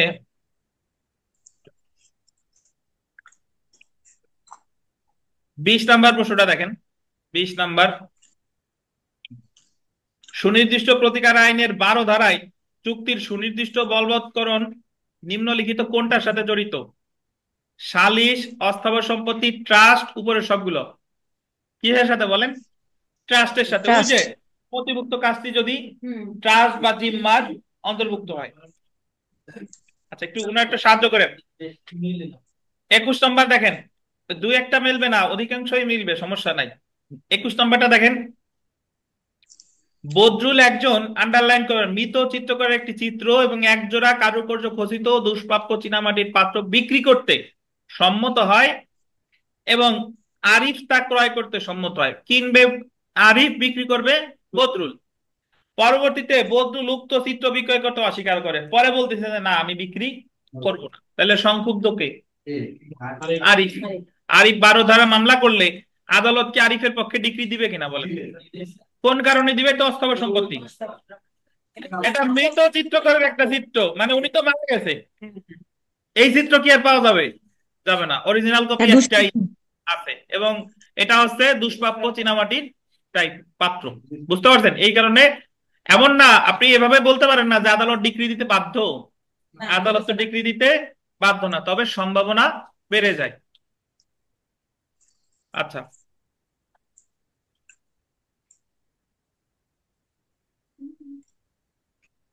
এই যে বিথিকা, দেখেন 23 নাম্বারটা দেখেন। এ বি এর নিকট আরিফ বিথিকার নিকট বাড়ি 1000 টাকায় বিক্রি করার জন্য চুক্তিবদ্ধ হয়। কত টাকায়? 1000। বিথিকা ক্রয় মূল্য প্রদান করলেও আরিফ বাড়ি বিক্রয় করতে অস্বীকার করে। ক্রয় মূল্য দিয়ে দিছে বিথিকা, বাট আরিফ বলতেছে না তোমারে আমি বাড়ি দিব না। এখন মামলা করে দিবে কে? বিথিকা। বলেন তো বিথিকার এই জায়গা ডিক্রি পাবে কিনা? কারণ এটা কি সম্পত্তি? বাড়ি হলো কি স্থাবর সম্পত্তি, আর স্থাবর সম্পত্তি হইলে মানে ক্ষতি নির্ণয়ের কি থাকে না, মানদণ্ড থাকে না। না। আচ্ছা 24 নাম্বারটা দেখেন, এগুলো আছে দেখেন। নির্দিষ্ট বর্ণনার, এটা বলবেন নির্দিষ্ট বর্ণনার কিছু সংখ্যক রেলওয়ে শেয়ার, মানে এই শেয়ার গুলো নির্দিষ্ট বর্ণনার, এগুলো অ্যাভেলেবল না, এগুলা হচ্ছে স্বতন্ত্র প্রকৃতির। নির্দিষ্ট বর্ণনার কিছু সংখ্যক রেলওয়ে শেয়ার আরিফ বিক্রয় করতে বিথিকা ক্রয় করতে চুক্তি করেছে। আরিফ বিক্রয় করতে অস্বীকার করে, আরিফ বললো যে আমি বিক্রি করবো না, তাহলে বিথিকা মামলা করে দিলে আদালত আরিফকে বাধ্য করতে পারে। কেন বাধ্য করতে পারে বলেন? কারণ এই শেয়ার গুলোর নির্দিষ্ট বর্ণনার, এই ধরনের শেয়ার সচরাচর পাওয়া যায় না। দুষ্প্রাপ্য প্রকৃতি।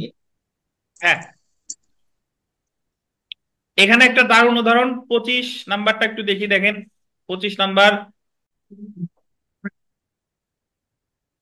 তো দেখেন, আরিফ বিথিকার সাথে বিথিকার ছবি আঁকার চুক্তি করছে। আরিফ সাহেব ধরেন ছবি আঁকে, তখন বিথিকা বলছে যে দাদা এই যে দেখেন, বিথিকা ছবির জন্য 1000 টাকা প্রদানের জন্য সম্মত হয়েছে। বিথিকা বলছে দাদা আপনার 1000 টাকা দিব, আপনি আমার ছবিটা আঁকেন। ছবি এখনো কিন্তু আঁকে নাই, কি আঁকার জন্য চুক্তিবদ্ধ হয়েছে।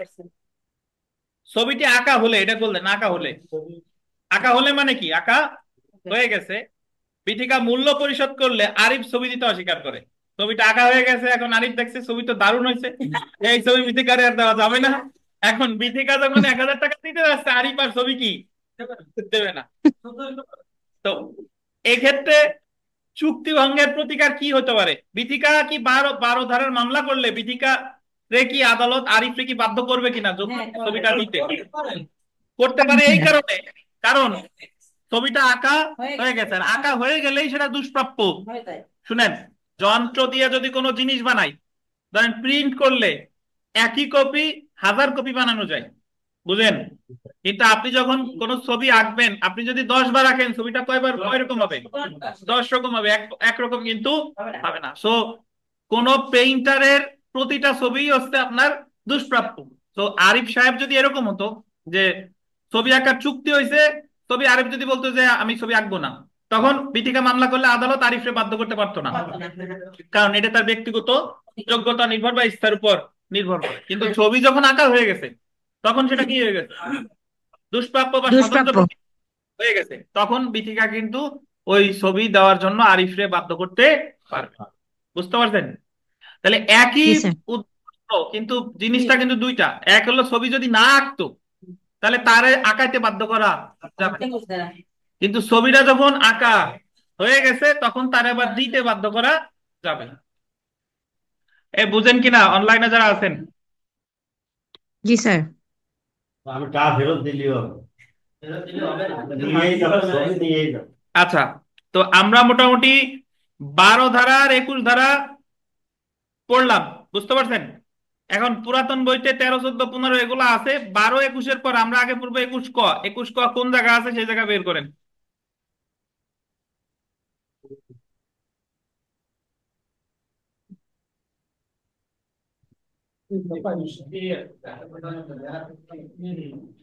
21A পাইছেন? জি স্যার। আচ্ছা দেখেন, 21A, অনিবন্ধিত বিক্রয় চুক্তি সুনির্দিষ্টভাবে কার্যকর করা যাবে না যদি কোনো চুক্তি হয় কি অনিবন্ধিত, হলে সমস্যা নাই, বাট ওই চুক্তিটা যদি কি চুক্তি হয়, স্থাবর সম্পত্তি বিক্রয় চুক্তি হইতে হবে। দেখেন, স্পেসিফিক রিলিফ অ্যামেন্ডমেন্ট অ্যাক্ট 2004 দ্বারা সুনির্দিষ্ট প্রতিকার আইনের 21A দ্বারা সংযুক্ত করে নিয়ম করা হয় যে, আন্ডারলাইন করেন, স্থাবর সম্পত্তি বিক্রয়ের গোল দিবেন অনিবন্ধিত চুক্তি, unregistered contract for sale, unregistered contract for sale সুনির্দিষ্টভাবে কার্যকর করা যাবে না। কিন্তু বিধানটি, আন্ডারলাইন করবেন, 1 জুলাই 2005 থেকে কার্যকর হয়। 1 জুলাই কবে? অর্থাৎ 1 জুলাই 2005-এর আগে নিবন্ধন না হইলেও সমস্যা ছিল না, কিন্তু 1 জুলাই 2005-এর পরে যদি আপনি কোনো 12 ধারার মামলা করতে চান, বায়না চুক্তি, ওই বায়না চুক্তিটা কিসের? স্থাবর সম্পত্তি বিক্রয়ের, তাহলে 12 ধারা মামলার ক্ষেত্রে ওই বায়না চুক্তিটা কি হতে হবে? নিবন্ধিত হতে হবে। সুতরাং 2005 সাল হতে সুনির্দিষ্ট প্রতিকার আইনের 21 ধারা অনুযায়ী এই আইনে বা অন্য কোনো আইনে বিপরীত যা কিছু কার্যকর থাকুক না কেন, স্থাবর সম্পত্তি বিক্রয়ের চুক্তি সুনির্দিষ্টভাবে বলবৎ করা যেতে পারে যদি, প্রথম যেটা দেখেন, আন্ডারলাইন করেন, চুক্তিটি লিখিত হয়। পাইছেন? এবং দ্য রেজিস্ট্রেশন অ্যাক্ট 1908-এর অধীনে নিবন্ধিত হয়। তাহলে মৌখিক হইলে হবে না, কি হতে হবে? লিখিত হইতে হবে এবং নিবন্ধিত হইতে হবে। এই ক্ষেত্রে হস্তান্তর গ্রহীতা, হস্তান্তর গ্রহীতা মানে হচ্ছে ধরেন ক্রেতা, বিকৃত সম্পত্তির আংশিক বা পুরোপুরি দখল নিয়েছে কিনা তা প্রাসঙ্গিক না, মানে যে কিনছে সেই সম্পত্তির দখল আংশিক নিছে কিনা বা পুরোপুরি নিছে কিনা এটা অপ্রাসঙ্গিক। দখল নেওয়া না নেওয়াতে এখানে কিছু যায় আসে না। খটা দেখেন, চুক্তির সুনির্দিষ্ট কার্য সম্পাদনের মকদ্দমা চলাকালীন সময় গোল দিবেন চুক্তির অবশিষ্ট মূল্য, the balance amount of consideration of the contract, আদালতে দাখিল করা হলে, মানে চুক্তির অবশিষ্ট মূল্য আপনাকে দিতে হবে। একটু ব্যাখ্যা দেই, বিষয়টা হচ্ছে এরকম যে, আপনি একটা স্থাবর সম্পত্তি বিক্রয়, মানে একটা বাড়ি বেচা কিনা চুক্তি হয়েছে, বায়না চুক্তি হয়েছে, পরবর্তী যে কোনো একজন চুক্তির শর্ত ভঙ্গ করছে। এখন ক্রেতাও ভঙ্গ করতে পারে, আবার কি বিক্রেতাও ভঙ্গ করতে পারে। তো যেই ভঙ্গ করুক না কেন, সংক্ষুব্ধ পক্ষ তো 12 ধারা মামলা দায়ের করবে। এখন 12 ধারার মামলা যিনি দায়ের করবেন, তাকে মামলা দায়ের করতে হলে আগে আদালতে দেখাইতে হবে যে তাদের ভিতরে যে বায়না চুক্তিটা হয়েছিল, এই বায়না চুক্তিটা হচ্ছে কি লিখিত হইতে হবে, কি হতে হবে, নিবন্ধিত হইতে হবে, লিখিত মূল্যের হইতে হবে। সেটাও জমা দিতে হবে আদালতে। তাহলে 12 ধারার মামলায় আপনি প্রতিকার পেতে পারেন। আমি একটু উদাহরণ দেই। ধরেন আরিফ সাহেব 2007 সালে একটা বাড়ি বিক্রি করতে চাইছে 5 লাখ টাকায়, সুরঞ্জন সাহেব কিনতে চাইছে। বায়না চুক্তিটায় 3 লাখ টাকা দেওয়া হয়েছে, সুরঞ্জন 3 লাখ দিছে, 2 লাখ দিবে 6 মাসের মধ্যে। এখন 6 মাসের মধ্যে সুরঞ্জন 2 লাখ নিয়ে এসে ঘুরতেছে, আরিফ সাহেব আর জমি দলিল করে দেয় না। এখন সুরঞ্জন রে 6 মাস পরে আরিফ সাহেব বলল যে তোমারে আমি, তোমার কাছে আমি বিক্রি করব না, তাহলে মামলা করবে 12 ধারা মামলাকে সুরঞ্জন। দেখেন, সুরঞ্জন যখন 12 ধারা মামলা করবে তখন আদালতে দেখাইতে হবে যে তাদের মধ্যে যে বায়না চুক্তিটা হয়েছিল সেটা কি লিখিত এবং এবং নিবন্ধিত, এবং 2 লাখ টাকা অবশিষ্ট, এই টাকা আদালতে জমা দিয়ে সুরঞ্জনকে মামলা দায়ের করতে হবে। এই এই শর্তগুলো যদি উনি পালন না করে, তাহলে ওনার পক্ষে কিন্তু 12 ধারা ডিগ্রি পাওয়া যাবে না। বুঝতে পারছেন? কিন্তু এই লিখিত, নিবন্ধিত এবং অবশিষ্ট চুক্তি মূল্য, এটা 2005-এর 1 জুলাইয়ের আগে ছিল না। 1 জুলাইয়ের আগে ছিল না। এটা কার্যকর হয়েছে কবে? পয়লা এটা সংশোধনটা আনছে 2004-এ, বাট সংশোধনীটা কার্যকর হয়েছে 1 জুলাই 2005। তো 21 ক ধারা, এটা একটু দেখি যখন থেকে কার্যকর হয়, এটা একটু পড়ি। দেখেন, the specific relief amendment act 2004 কার্যকর বা বলবৎ করা হয়েছিল 1/7/2005 তারিখ হতে। সুতরাং 1/7/2005 তারিখের পূর্বে স্থাবর সম্পত্তি বিক্রয় সংক্রান্ত যে সকল চুক্তি সম্পাদিত হয়েছে, সে সকল চুক্তি সংক্রান্ত কোনো মামলা দায়েরের ক্ষেত্রে অবশিষ্ট চুক্তি মূল্য জমা দিয়ে মামলা দায়েরের প্রয়োজন নাই। কিন্তু 1/7/2005 বা এর পর হতে স্থাবর সম্পত্তি বিক্রয় সংক্রান্ত যে সকল চুক্তি হয়েছে, সেই সকল চুক্তির সুনির্দিষ্ট বলবৎকরণের মামলা দায়েরের সময় বাদীকে আর্জির সাথে অবশিষ্ট চুক্তি মূল্য জমা দিতে হবে। এই কথাটা পুরোপুরি সঠিক না, উনি তো আইন পাঠে ব্যাখ্যা দিছে, বাট মূল ধারার কথা হলো যে আপনার চুক্তি যেদিনই হোক না কেন, চুক্তি আজকে হোক বা 20 বছর আগে হোক, যদি যখন কজ অফ অ্যাকশন অ্যারাইজ করছে, মামলাটা যদি আপনি 1/7/2005 পরে করেন, তাহলে 1/7/2005 যে নিয়ম ছিল সেই নিয়ম মানেই আপনাকে মামলা করতে হবে। বুঝাইতে পারি নাই বোধহয়, এইভাবে এইভাবে বুঝেন, এইভাবে বুঝেন। হুম। না, আমি একটু বুঝাই। ধরেন চুক্তি হয়েছিল 1990 সালে, আরিফ বাড়ি বিক্রি করবে, সুরঞ্জন কিনবে। তো ওই 90 সালে টাকা সুরঞ্জন বলছে যে বাকি টাকা দিলে আরিফ সাহেব দলিল করে দিবে, তো বাকি টাকা নিয়ে সুরঞ্জন ঘুরতেছে। আরিফ সাহেব 90 সালের তে ঘুরাচ্ছে, আজ দেই কাল দেই দেবো, তুই তো ভাই এই সেই বিভিন্ন কিছু বলে টুলে 2006-এ এসে আরিফ সাহেব বললো যে না রে বাড়ি, জায়গার মূল্য এখন অনেক বাড়িয়ে গেছে, তোমার কাছে আমি বিক্রি করব না। বুঝতে পারছেন? তাহলে যদিও চুক্তিটা কত সালে, 90 সালের, বাট কজ অফ অ্যাকশন বা নালিশের কারণ উদ্ভব হলো কত সালে, 6 সালে। 6 সালে। এখন আরিফ সাহেব 6-এ এসে বললো যে আমি তোমার কাছে বাড়ি বিক্রি করব না, তাহলে এই ক্ষেত্রে যদি সুরঞ্জন সাহেব 12 ধারার মামলা করতে চায়, তাহলে ওনার কি দেখাইতে হবে? ওই যে 90 সালে যে চুক্তি হয়েছিল সেটা কি হইতে হবে, নিবন্ধিত হইতে হবে, লিখিত হইতে হবে, এবং চুক্তির অবশিষ্ট মূল্য কি দিতে হবে, জমা দিতে হবে। এখন আপনার এই চিন্তা করার কোনো অবকাশ নাই, এই জায়গা যদি পড়েন এই চুক পড়লে আপনি কনফিউজড হয়ে যাবেন। এই জায়গা পড়ার লেখাটা এরকম যে 2005-এর আগে চুক্তি হইলে মনে হয় দরকার নাই, কিন্তু বিষয়টা কিন্তু তা না। বিষয়টা কি তা না, বিষয়টা হলো আপনি মামলা যদি করেন এই 1/7/2005-এর পরে, তাহলে আপনার কি করতে হবে, বর্তমানে যে নিয়ম আছে সেই নিয়ম অনুযায়ী আপনার মামলা করতে হবে। বুঝেন কিনা? জি। আচ্ছা, অর্থাৎ সহজ কথা, আপনি যদি 1/7/2005-এ এসে 12 ধারা মামলা করতে চান, আপনার চুক্তিটা 50 বছর আগেই হোক না কেন, এখন 50 বছর আগে হইলে তো আর আপনি 2007-এ মামলা করতে পারতেছেন না। কজ অফ অ্যাকশন অ্যারাইজ হওয়ার কয়দিন পর মামলা করতে হয়, 1 বছর। তাহলে কজ অফ অ্যাকশনটা তো আপনার কিছুদিন আগেই হয়েছে। তাহলে সেই ক্ষেত্রে আপনার কজ অফ অ্যাকশন যদি আজকে, চুক্তিটা যদি 90 সালের হয় কিন্তু কজ অফ অ্যাকশন যদি 2024-এ হয়, তাহলে 2005-এর যে শর্ত আছে সেই শর্ত মানেই আপনাকে মামলা করতে হবে। বুঝেন কিনা? বুঝাইতে পারি নাই।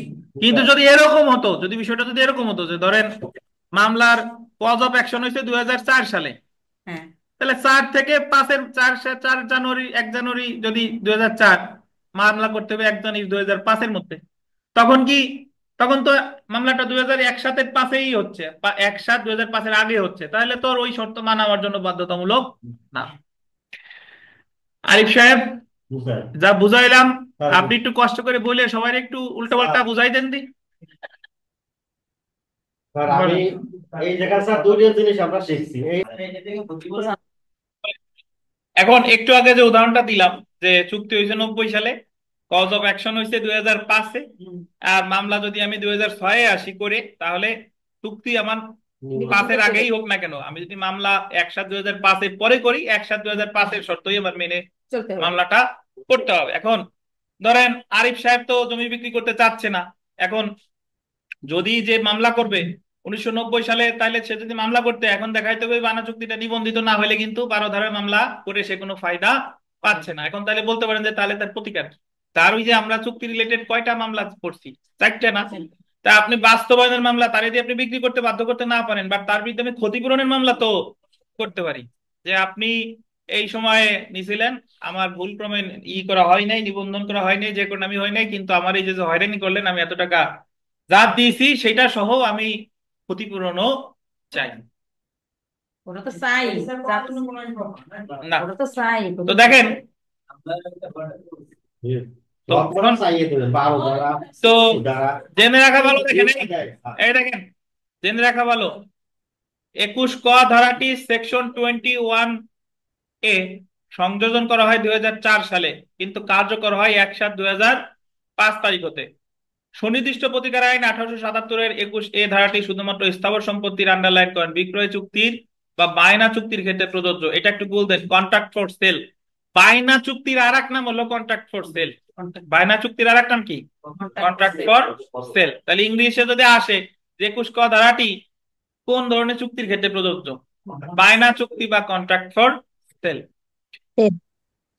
কিন্তু যদি এরকম হয় স্থাবর সম্পত্তির বন্ধক, লিজ বা দান, এই সকল ক্ষেত্রে কিন্তু 21 ক প্রযোজ্য না।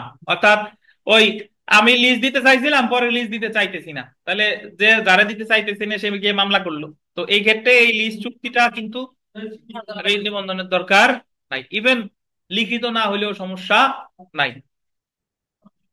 তো চুক্তির ক্ষেত্রে প্রযোজ্য না, অর্থাৎ বন্ধক, লিজ, দান ইত্যাদি চুক্তি লিখিত না হলেও, এই যে আন্ডারলাইন করেন, লিখিত না হলেও তা 12 ধারা অনুযায়ী সুনির্দিষ্টভাবে বলবৎ যোগ্য।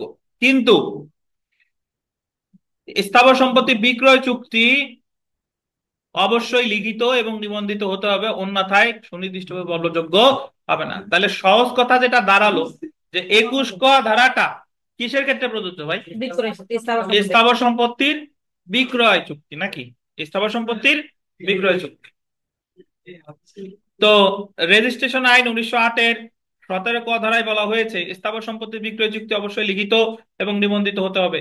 স্থাবর সম্পত্তি বিক্রয় চুক্তি সম্পাদন হওয়ার তারিখ থেকে 30 দিনের মধ্যে চুক্তিটি নিবন্ধনের জন্য উপস্থাপন করতে হবে, রেজিস্ট্রেশন আইন 17 ক। এখন এটা হলো আপনাদের এই আইনের বিষয় না, এটা হলো রেজিস্ট্রেশন আইনের 17 ক। ওই জায়গায় বলছে যে যে কোনো স্থাবর সম্পত্তি বিক্রয় চুক্তি বায়না চুক্তি করার পর নিবন্ধন করতে হবে কয় দিনের মধ্যে?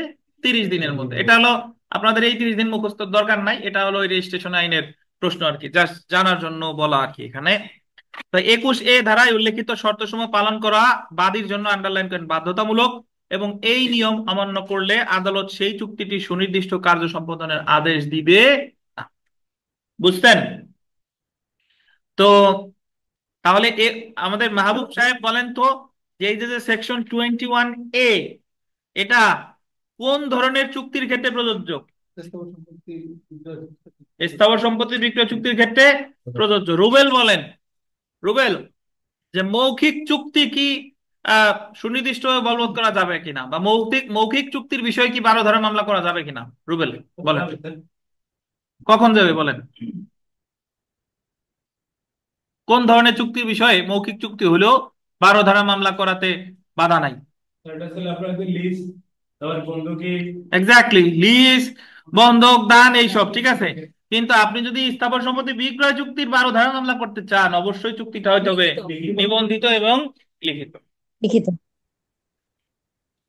তো আমরা 1 নম্বর প্রশ্নটা একটু দেখি। দ্য স্পেসিফিক রিলিফ অ্যাক্ট 1877-এর 21A ধারায় স্থাবর সম্পত্তি বিক্রয় সংক্রান্ত অরেজিস্ট্রিকৃত কোনো চুক্তি সুনির্দিষ্টভাবে বলবৎযোগ্য নয় বিধান সংযোজন করা হয়। বলে নাই যে কবে থেকে কার্যকর হয়, বলছে সংযোজন করা হয় কত সালে?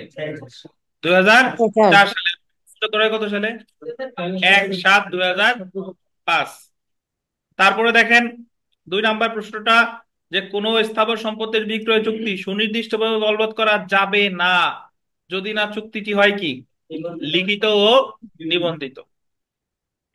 এখানে দারুণ একটা প্রশ্ন এসেছিল 2013 সালের পরীক্ষায়। 4 নম্বর প্রশ্নটা একটু দেখি, দেখেন এই 4 নম্বর প্রশ্নটা দেখেন। 1 জুলাই 2004 তারিখে একটি রেজিস্ট্রিকৃত চুক্তির অনুকূলে সুনির্দিষ্টভাবে চুক্তি বলবতের জন্য মামলা করার ক্ষেত্রে বাদীকে আদির সাথে জমা দেওয়ার দরকার ছিল। আদির সাথে কোনো টাকা পয়সা জমা দেওয়ারই দরকার নাই, জমা দেওয়ার দরকার ছিল চুক্তির অবশিষ্ট মূল্য, যদি এটা হতো 1 জুলাই 2005 অথবা তার পরে, 5 অথবা তার কি পরে। কিন্তু এটা তো 1 জুলাই 2004। 1 জুলাই 2004-এ তো লিখিত নিবন্ধিত অবশিষ্ট মূল্য দেওয়ার কোনো নিয়ম ছিল না। বুঝতে পারছেন? জি স্যার। কোন চুক্তি মূল্য থাকলে অপ্রয়োজনীয়। জি। তো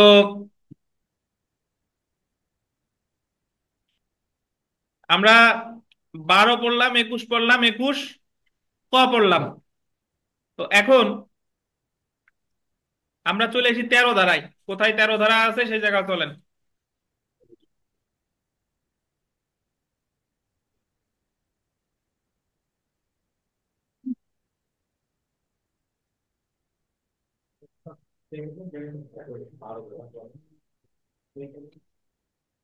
আচ্ছা 13 পরে পড়ি, আগে এসে আসেন 19-এ আসেন, 19 ধারা। হ্যাঁ হ্যাঁ, এই যে 21 ক পড়লাম, এখন 19-এ আসেন। 19, 19 পাইছেন? জি স্যার। 19 আর 29 জড়িত একসাথে, এই দুইটা জানতে হবে আমাদের। দেখেন তো এখানে দেখেন, এই ভাই দেখেন,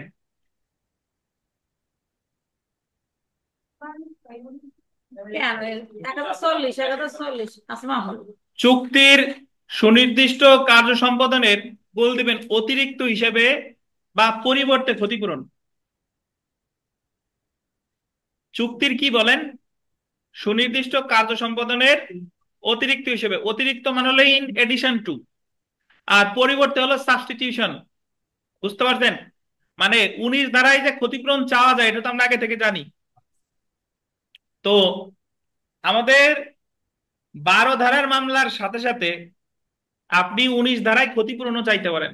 এটা হলো ইন এডিশন টু, অতিরিক্ত হিসেবে। মানে আমি বললাম যে ইউর অনার, আরিফ সাহেব তো বাড়ি বিক্রি করবে, তারে তো বাড়ি বিক্রি করতে বাধ্য করবেনি, এবং সেই সাথে সাথে এতদিন যে আমার ঘুরাইছে, ক্ষতিপূরণ আমি কিও চাই, ক্ষতিপূরণও চাই। সেই ক্ষেত্রে আপনার মামলার ধারা হবে 12 প্লাস কত, 19। অথবা আপনি 12 না চেয়ে, কার্য সম্পাদন না চেয়ে শুধু ক্ষতিপূরণের মামলাও চাইতে পারেন, মানে 12-র বিকল্প হিসেবে চাইতেছেন কত, 19। এটা হচ্ছে আপনার পরিবর্তে। বুঝতে পারছেন? পরিবর্তে। তাহলে যখন যদি কোনো চুক্তি ভঙ্গ হয়, আপনি সংক্ষুব্ধ পক্ষ হিসেবে আপনি 12 ধারার মামলার সাথে সাথে 19 চাইতে পারেন, অথবা কি শুধু 19ও চাইতে পারেন। আচ্ছা, তো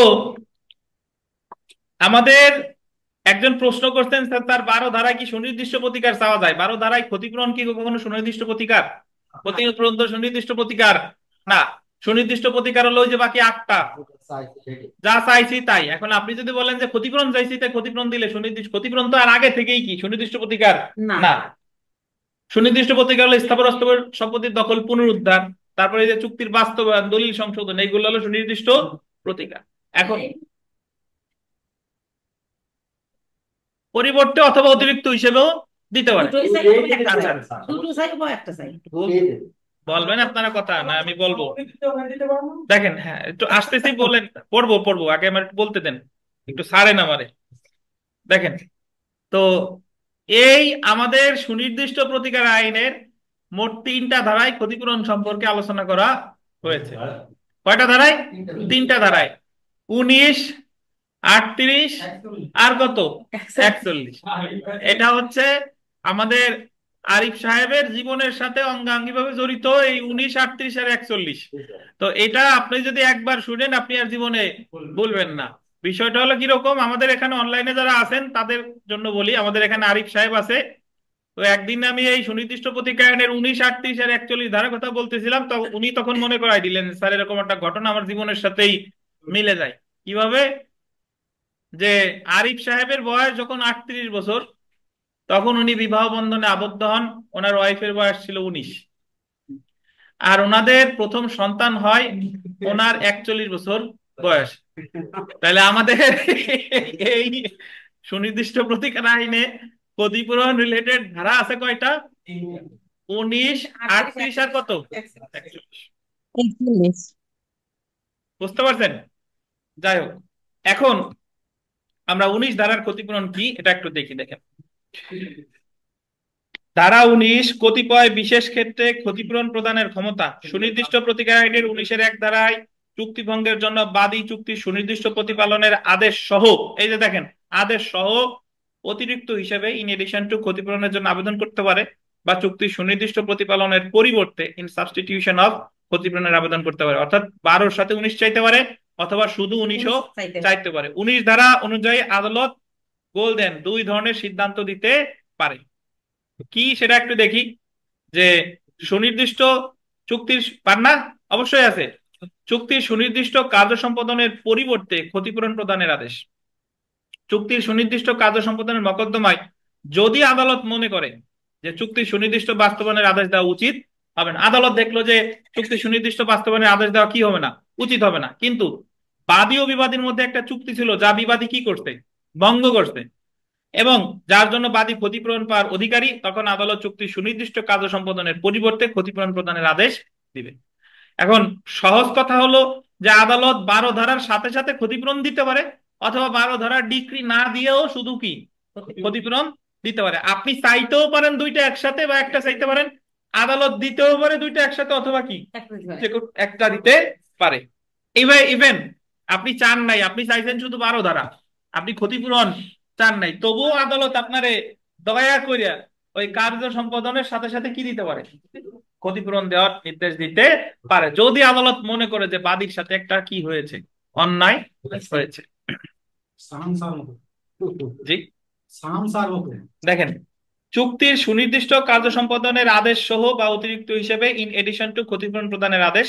চুক্তির সুনির্দিষ্ট কার্য সম্পাদনের মকদ্দমায় যদি আদালত মনে করে চুক্তির সুনির্দিষ্ট বাস্তবায়নের আদেশ দেওয়া উচিত হবে, কিন্তু এই যে দেখেন উচিত হবে, কিন্তু মকদ্দমায় ন্যায় বিচারের সাথে এইটুকুই যথেষ্ট না। আদালত মনে করতেছে যে বিবাদীরই তো বলবো তুমি তুমি বিক্রি করো, কিন্তু বাদীর জন্য এইটুকুই যথেষ্ট না। চুক্তি ভঙ্গের জন্য বাদীকে কিছু ক্ষতিপূরণ প্রদান করা যায়, তাহলে আদালত চুক্তির সুনির্দিষ্ট কার্য সম্পাদনের আদেশ সহ অতিরিক্ত হিসেবে ক্ষতিপূরণ মঞ্জুর করবে। এখন আপনারা 19 ধারা বুঝেন নাই কেউ আছেন? 12 ধারা হলো বাস্তবায়নের মামলা, আর 19 ধারা হলো কি ক্ষতিপূরণ। আপনি 12-র সাথে 19 চাইতে পারেন, অথবা 12 ছাড়া শুধু কি 19 চাইতে পারেন। বুঝতে পারছেন? আচ্ছা, যে প্রথম আসছেন আকিনুর সাহেবের একটু কষ্ট হইতে পারে যে ছাড়ে না কেন, এক জায়গায় কতক্ষণ বসে আছি। আচ্ছা দেখেন, এখন 29 ধারাটা দেখেন। 29 ধারা 29, খারিজের পর চুক্তি ভঙ্গের মামলা দায়েরের প্রতিবন্ধকতা, বা ইংলিশ আন্ডারলাইন করেন, bar of further suit for brace after dismissal, ব্রাকেটে লেখেন রেস জুডিকাটা, ব্রাকেটে লেখেন রেস জুডিকাটা। যদি পরীক্ষায় প্রশ্ন আসে যে সুনির্দিষ্ট প্রতিকার আইনের কত ধারায় রেস জুডিকাতা সংক্রান্ত বিধান আছে, কত ধারায়, এছাড়া রেস জুডিকাটা রিলেটেড বিধান আছে আমাদের দেওয়ানি কার্যবিধির আপনার 11 ধারায়, আপনার সাক্ষ্য আইনের 40 ধারায়, সুনির্দিষ্ট প্রতিকার আইনের 29 ধারায়, বাংলাদেশ সংবিধানের 35-2 আছে আমাদের কোড অফ ক্রিমিনাল প্রসিডিউর 403 ধারায়, আর আছে হচ্ছে আপনার জেনারেল ক্লোজেস অ্যাক্টের 26 ধারায়। তো স্যার সংবিধানের কত অনুচ্ছেদ বললেন? 35-2। আচ্ছা, এখন 29 ধারা আসলে কি বলছে? 29 ধারায় বলছে ভাই যে আপনি যদি 12 ধারার মামলা করে আপনার 12 ধারার মামলা খারিজ হয়ে গেছে, তাহলে আপনি আর পরে যাই 19 ধারা চাইতে পারবেন না। বুঝেন কিনা? মানে আপনি আগে 12 ধারার মামলা করছিলেন, 12-র সাথে 19 আপনি করেন না, এখন 12 ধারার মামলা যখন আপনি হেরে গেছেন, এরপরে এসে ওই চুক্তির ওই তার কাছ থেকে আলাদা একটা ক্ষতিপূরণ চাইতেছেন, তখন এই যে 12 ধারা মামলা খারিজ হওয়ার পর আর 19 ধারা মামলা করা যাবে না, এই কথাটাই বলা হয়েছে সুনির্দিষ্ট প্রতিকার আইনের কত ধারায়, 29 ধারায়। বুঝতে পারছেন? এই যে দেখেন, সুনির্দিষ্ট প্রতিকার আইনের 19 ধারা অনুযায়ী চুক্তি সুনির্দিষ্ট প্রতিপালনের মকদ্দমা দায়েরের সময় চুক্তি ভঙ্গের জন্য বাদী ক্ষতিপূরণ দাবি করতে পারে। আপনি যদি ক্ষতিপূরণ চান তাহলে 12-র সাথেই চাইতে হবে, কিন্তু যদি চুক্তির সুনির্দিষ্ট প্রতিপালনের মকদ্দমা দায়েরের সময় চুক্তি ভঙ্গের জন্য ক্ষতিপূরণ দাবি করা না হয়, আপনি যখন 12 চাইছিলেন তখন 19 আপনি চান নাই, তাহলে মকদ্দমাটি জানতে লাগবেন খারিজ হলে বাদী পরবর্তীতে ক্ষতিপূরণের মকদ্দমা দায়ের করতে পারবে। বুঝেন কিনা? তাহলে 29 ধারার কথা সিম্পল, যে আপনি যদি 12 ধারার মামলা করে হেরে যান, তাহলে পরবর্তীতে কি 19 ধারা মামলা করলে কোনো প্রতিকার পাওয়া যাবে না। এই কথাই বলছে কততে? বুঝতে পারছেন? আচ্ছা, এখন জি স্যার, আমরা এখন প্রায় শেষ বুঝছি। পর্যায়ে চলে আসছি, একটু ধৈর্য ধরে থাকলে স্যার সবই বুঝবেন। বলেন। স্যার স্যার 12-র সাথে 19-এর মামলা করলাম, সেই ক্ষেত্রে উম, যদি সুনির্দিষ্ট প্রতিকার মঞ্জুর করে এবং ক্ষতিপূরণও দিতে পারে, আর যদি শুধু 12-তে মামলা করছি 19 দেই নেই, সেক্ষেত্রে সুনির্দিষ্ট প্রতিকার মঞ্জুর করতে পারে আদালত, ক্ষতিপূরণও মঞ্জুর করতে পারে। এই ক্ষতিপূরণটা দেবে 38-এ স্যার। 38-এর কোনো কথাই বলি না এখানে। না, একটু আগে যে আলোচনা করলেন। না না না না না, আমি এরকম কোনো কথা বলি নাই। চুক্তির কার্য সম্পাদন মানেই ক্ষতিপূরণ 19, 38 এখানে অপ্রাসঙ্গিক। কামরুজ্জামান সাহেব, আগে যা বলাই চুপ করে শুনেন, তারপরে প্রশ্ন করেন, একটু শেষ করি আগে।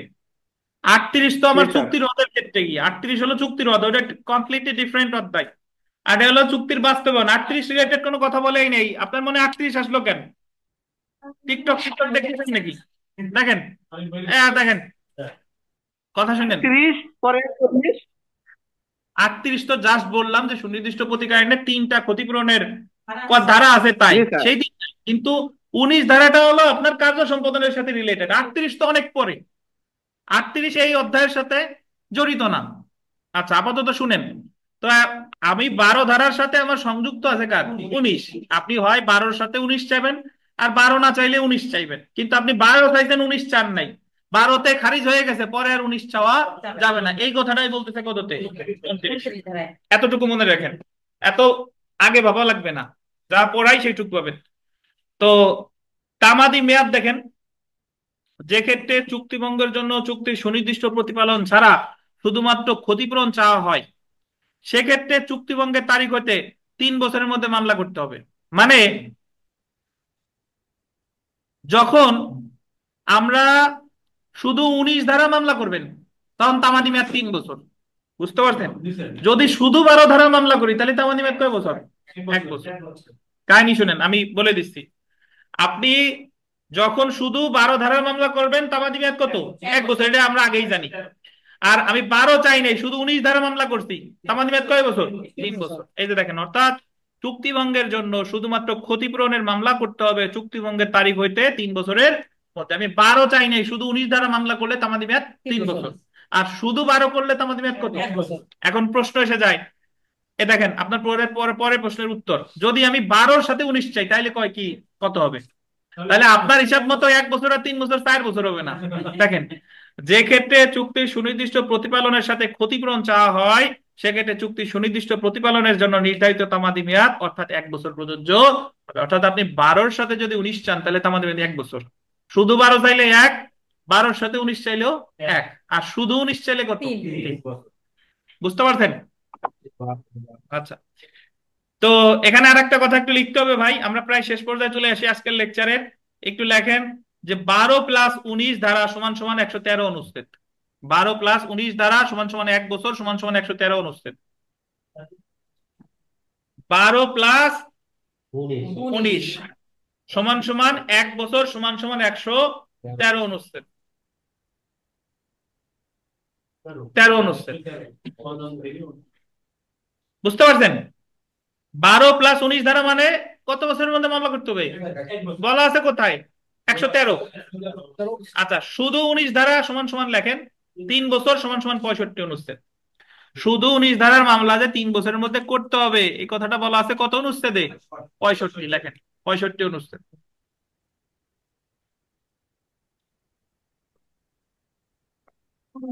ওই ফিটনেস 3 বছর।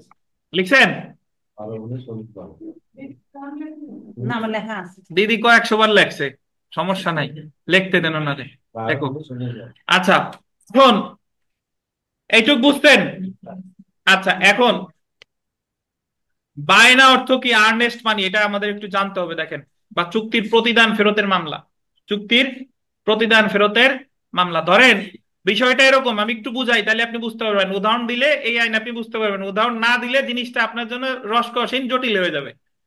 তো উদাহরণ মানে হলো যে, ওই যে আপনি আরিফ সাহেবরে জমি বিক্রি করতেছিল 5 লক্ষ টাকা দিয়া, তো আপনাদের বায়না চুক্তি হয়েছে 3 লাখ টাকা দিয়া, ঠিক আছে? 2 লাখ টাকা যখন নিয়ে আসলেন, আরিফ বলল আমি আর বিক্রি করব না, তো আপনি মামলা করে দিলেন। মামলা করতেছেন কিসের জন্য? আরিফ যাতে বিক্রি করে না করে, করে, আরিফ যাতে বিক্রি করে। ধরেন ওই মামলা বাদী হয়ে করছিল রুবেল, রুবেলের মামলা আদালত কি করে দিছে? খারিজ করে দিছে। এখন রুবেল যখন মামলা করছে কোনো ক্ষতিপূরণ সে চাইনি। এখন এখন যদি সে ক্ষতিপূরণ চাই, তাহলে কি হবে? 29 ধারা অনুযায়ী তো ক্ষতিপূরণ পাবে না, কারণ 12-র মামলা খারিজ হইলে পরে এসে 19 করা যাবে না। এই কথা বলছে কত ধারায়? 29 ধারায়। একটু বুঝতেন? এখন কিন্তু রুবেলের যে 3 লাখ টাকা দেওয়া আছে কার কাছে? আরিফের কাছে। ওই 3 লাখ টাকা তো আর আরিফের সম্পত্তি না। ওই 3 লাখ টাকা ফেরতের জন্য আপনি 19 ধারায় মামলা করতে পারবেন, এর বলে বায়না, যে টাকা আপনি বায়না দিছিলেন। তাহলে 19 ধারায় আপনি 12 ধারার মামলা খারিজ হইলে 19 ধারায় ক্ষতিপূরণ চাইতে পারবেন না, কিন্তু 12 ধারার মামলা খারিজ হইলে আপনি 19 ধারায় বায়না অর্থ ফেরত পাওয়ার মামলা করতে পারবেন। বুঝতে পারছেন? জি। তো এটা একটু পড়ি, দেখেন। যে ক্ষেত্রে বাদী সুনির্দিষ্ট প্রতিকায়নের 19 ধারায় চুক্তি সুনির্দিষ্ট প্রতিপালনের সাথে ক্ষতিপূরণ দাবি করতে পারতো কিন্তু করে নাই, ওই যে ক্ষতিপূরণ দাবি করতে পারতো কিন্তু সে কি করে নাই, সেক্ষেত্রে মামলাটি খারিজ হলে, মামলাটা খারিজ হয়ে গেছে, বাদী 29 ধারার কারণে নতুন করে ক্ষতিপূরণের মকদ্দমা দায়ের করতে পারবে না, নাকি? কিন্তু চুক্তির জন্য সমুদয় বা আংশিক পরিশোধিত বায়না অর্থ প্রতিদান ফেরতের মামলা করতে পারবে। বায়না অর্থ তো বুঝেন, ওই যে উপরে লেখা আর্নেস্ট মানি। এই বায়না অর্থ ফেরতের মামলাটাও কত দাঁড়ায়? 19 ধারায়। চুক্তির জন্য বায়না অর্থ বা প্রতিদান চুক্তির সুনির্দিষ্ট প্রতিপালনের মামলা খারিজ হওয়ার তারিখ হইতে 3 বছরের মধ্যে দায়ের করতে হবে। এই 3 বছরও বলছে 97 অনুচ্ছেদ। বায়না অর্থ ফেরতের যে মামলা, এটাও 3 বছর, বাট এটা কত অনুচ্ছেদ? 97 অনুচ্ছেদ। আর ক্ষতিপূরণের মামলা 3 বছর, এটা কত? 65। আর বায়না অর্থ 3 বছর, এটা কত? 97। বুঝতে পারছেন? সেই লেখা। স্যার, 12 খারিজ হলে পরে 19 চাওয়া যায়। হুম, যদি এমন হয় আমি 12 চাইনি, 19 চাইছিলাম, যদি 19 খারিজ হয়, এটার জন্য ধৈর্য ধরে থাকতে হবে। হযরত মুসা আর হযরত খিজির আলাইহিস সালামের কাহিনী, ওই প্রশ্ন থাকলো। আমাদের একজন প্রশ্ন করছে যে স্যার 12 খারিজ হইলে তো 19 করা যাবে না, 29 ধারায় বাধা পড়ছে। কিন্তু যদি আমি 12 ধারার মামলা করি নাই, কিন্তু আমি 19 ধারার মামলা করছিলাম, 19 ধারায় ধরেন আমি প্রতিকার বুঝে পাইছি, তাহলে পরবর্তীতে কি আমি 12 ধারার মামলা করতে পারবো কিনা? তো উত্তর হচ্ছে পারবেন না। উত্তর হচ্ছে পারবেন না। এটা আমরা বিস্তারিত পড়বো 24 ধারায়। 24 ধারায় বলছে যে যদি কেউ আগে থেকেই প্রতিকার বুঝে পায়, তাহলে আদালত তার পক্ষে ডিক্রি দিবে না। অর্থাৎ আপনি যদি প্রথমে ক্ষতিপূরণের মামলা কইরা, 24-এর গ, জি, আপনি প্রথমে ক্ষতিপূরণের মামলা কইরা ক্ষতিপূরণ বুঝে নিছেন, পরে আর 12 ধারা প্রতিকার পাবেন না। তাহলে একটু বুঝেন, 12 ধারার মামলা খারিজ হইলে 19 ধারা মামলা করতে পারবেন না, এটা বলছে 29। আর প্রথমে করছিলেন 19, 19-এর মামলা খারিজ হয়েছে, 12 ধারা মামলা করতে পারবেন না, এটা হলো 24-এর গ। এটা আমি বলি না কেন, আপনারা তো অস্থির হয়ে যান। বললে এই জায়গায় অনেক নিউ কামার আছে, নতুন আছে। আপনারা যারা পাইকে গেছেন তারা নিতে পারবেন, কিন্তু যারা নতুন আসছে তাদের কাছে এটা কি লাগবে, একটু জটিল হবে। জটিল এই কারণে, ওই 24 ধারা যখন আমরা পড়বো তখন আবার এই প্রেক্ষাপটটা আমি নিয়ে আসবো, যে 29-এর কথা। বুঝতে পারছেন? তাহলে আজকে আমরা যা পড়লাম, মোটামুটি 12 পড়ছি, 21 পড়ছি, 21 ক পড়ছি, তারপরে কত, এই যে 19 পড়লাম, 29 পড়লাম, এই তো। বুঝতে পারছেন? তো এখন প্রশ্ন করেন, কারো কোনো আজকে যে আমরা যা পড়লাম এই রিলেটেড কোনো প্রশ্ন আছে কিনা? ধন্যবাদ। এখন স্যার আমার ওই লাভের দরকার না, 18 টাকা বাদ হয়, আমি 19